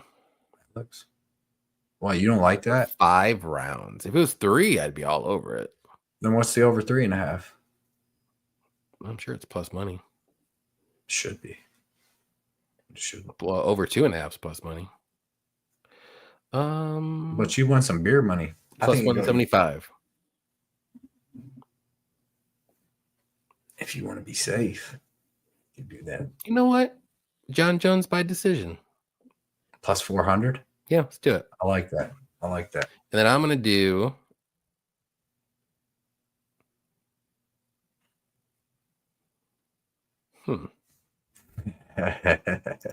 He said, "I'm definitely doing Marcus McGee by decision. I feel it. by decision." What's that at? Plus 275. Dang. What's him by knockout? It's crazy. 200. And then and by sub probably ain't there. So damn there. And then what's Jonathan Martinez by inside the distance minus 400? Okay, so they're really favoring McGee a ton. Like in all stats. Hey, it looks like he should be minus like 200 by the rest of the stats. I'm second guessing. McGee, I think McGee cracks in. McGee KO or decisions minus 125. That's basically like his money line. I like that. I like Jim Miller first round finish, dude. Wins in the first round plus 400, I believe it is. Or win. We already got a Jim Miller bet. Do we? I like the Tybura bet, the sub. I think that's a good look. Let's do that. Whatever it's going to be. Avasa. It says plus 350. Okay, well, I don't know what the overall odds will be, but this is going to be the play. I like Tybura sub. It's going to be big, though. Because John Jones plus 400, plus 352. What is that? It's got to be like 2,200 or something like that. Yo, I like it. There it is. That's what we're going to do for the beer money. I like it. You're going to be drinking couple kegs. Good beer. Good beer. But all right. That is all we got for you. Unfortunately, this is gonna be Cody's last show for a while. We're gonna miss him. But Cody, you can say your goodbyes. Chat. You can say your goodbyes to everybody. They'll miss you. Yeah, no, I just appreciate everybody that's always came out and supported everywhere on YouTube, Twitter, freaking Instagram, all that stuff. And I had a great time. Been doing it for 3 years now, you know, and putting up or keeping up with all the different stuff. It does. It takes a lot of time. And just like what I said, with my new work schedule, bro, Friday, Saturday morning, Sunday, Monday night, and just a bunch of stuff. It sucks, but I'll get everything figured out. Hopefully I can get back to day shift sometime next year, later in the year sometime, because it sucks when I go back to that. I'll have to go to like the way worse jobs. But yeah, but this has been fun. This has been the funnest part of the whole thing is this show every Wednesday night, just talking with people. I know everybody said we got the show goes long and this and that, but we talk with the chat, and that's the funnest part of it for me. Like I said, not arguing with people on Twitter or trying to not argue or just hearing people's bullshit. But yeah, dude, it's been a great show. And hopefully, next year sometime I'll be back. I'll still post stuff on Twitter and stuff. Sometimes, like I said too, man, I'll probably do some watch alongs or something. If I get off work early and feel like I have a ton of energy, I'll freaking probably put on some some companions, or if you do, just let me know. You Yeah, know, and for I'll sure. hop on and all that, and then hopefully we can go to some live shows, man, and freaking talk to each other, hang out. I Oh know yeah. we're gonna do that. I'll be Mhm. watching where all the UFCs are, but probably for like a couple weeks. You know, I haven't really been on Twitter and stuff too much, but I'll try to put up my picks. But for a couple weeks, I'm just gonna chill and just like try to freaking Well, because like I was I was gonna every say, you don't have day, to worry about dude. the China card too much. And then there's gonna be a break for China, Thanksgiving, and yeah, then you'll have like 2 more cards, yeah, and then you and have like so a month most. break. Yeah, so there's only what, like 4 cards left for the next, and then it's all the way till January. So really, there's only like 4 cards in the next couple Mhm. months. So yeah, and then like I said, man, once I get stuff figured out and all that, or just So figure out a Becky. way that I can at least come back and do just the breakdowns. You know what I mean? Because like I said, I don't even really want to gamble no more. I know a lot of people. It's like you just keep going and you're gonna win, but like, damn, I've been losing a lot this year, and it just sucks all the time. So I'll just take a little break. You know, get everything back in order, get feeling all fucking happy all the time about stuff. And I'll be back at some point. And like I said, I want to do the breakdowns. And just like this, like I did this whole breakdown, right? I didn't do no tape study, no, I don't even have a book here with no stats, no nothing. If I needed to find something real quick while we were talking, I would just do it on Tapology or whatever. But I'll figure out maybe a way later sometime, you know, to come back and at least do predictions and come do this show. Cause like I said, this is the funnest shit of it all. So I Yep. appreciate everybody at Effie Dirty Reg, JJ Evans, everybody. Let me see here. Always Bunny Hunter. I hope Bunny Hunter has great until I talk to him again. Marriage goes great. Everything with the baby goes great. Money Liner, shout out to him today, and just everybody that's hung out on our show. What have we been doing the show for? Like 2.5, 3 years, something like that. Yeah, it's been a while. Yeah, sucks, but you're gonna keep doing Yeah. a show, right, for a while Yeah. and doing all your stuff. And Yeah, you know, when I go ahead. I'm gonna keep doing it on Wednesday nights. I'm just gonna have different guests here and there, and then you know, keep in touch, obviously, and then we'll go from there. Yep, we'll figure something out. And like I said, hopefully we can do some go watch some fights. Yeah, Do something for sure. fun. Louisville, Chicago, wherever. But just shout out to everybody, man, that's hung out with us and been on here being cool as shit. I see you, JJ Evans. I see you, bro. But Yes, sir. yeah, man. No homo. Eventually, some point I'll be back. And like I No said, doubt. I'll be posting some stuff on Twitter. Oh, and I'm going to do my documentary stuff. I want to try that because that's about the only other thing that I'm obsessed with. When I get in, see, that's my problem is like I got a little OCD on cleaning and a bunch of stuff. So when I get into something, dude, I hop in it, and I'm obsessed with it. And like that's why it doesn't feel like work to just watch a bunch of tape, do all this stuff. But then like too, all of a sudden you just be like, damn, got tired of this shit, and it kind of like a fucking like wears off a little bit. So I'm like, dude, I'll give it a little break and come back, especially like I said with my job. But I just appreciate everybody here. Johnny K is the best. You got to follow guys like Johnny K, Tyler, Cody Safdie, Ricky. Effie. You got MMA Ricky, Bad Luck Chuck's coming up. All the people, just the good people. Mushroom coming back. I'll be on their shows. Like I said, I'll be out there chatting and stuff like that. But watch the good people. Like, I don't know, like not just the loud people and just like, I don't know, flashy. Make the community about it. The people that actually message you back or talk to you when you're on their show, and you're kind of like not some people you got to pay them for them to even say your thing, which is kind of crazy. Which is wild, right? But just shout out everybody, dude, that made this show fucking awesome. And like I said, I'll be back sometime. I'll do some watch alongs. I'll be doing my documentary, and I'll hop on Johnny's watch along sometime with Pat. For sure. Yep. Yeah, we'll miss you, Cody, and we'll keep it going, and then we'll do watch alongs and stuff. I'll get you back on here. I know, or some pay-per-views and stuff when you're not busy. So I'll get you. We'll figure something out. All right, guys, take care. We'll see you. I guess Wednesday. I don't know if I'm gonna have a video or not. I'll be honest, but I'll do a Wednesday show though for sure for my picks and mini breakdowns for sure. So, and I'll get somebody to come on with me. So, take care. See you then. Good luck with your bets. Good luck with your picks, and it's gonna be a good card, Cody. Last chance. This is it. Suck it, Yannick. All right, I'm leaving. Charles,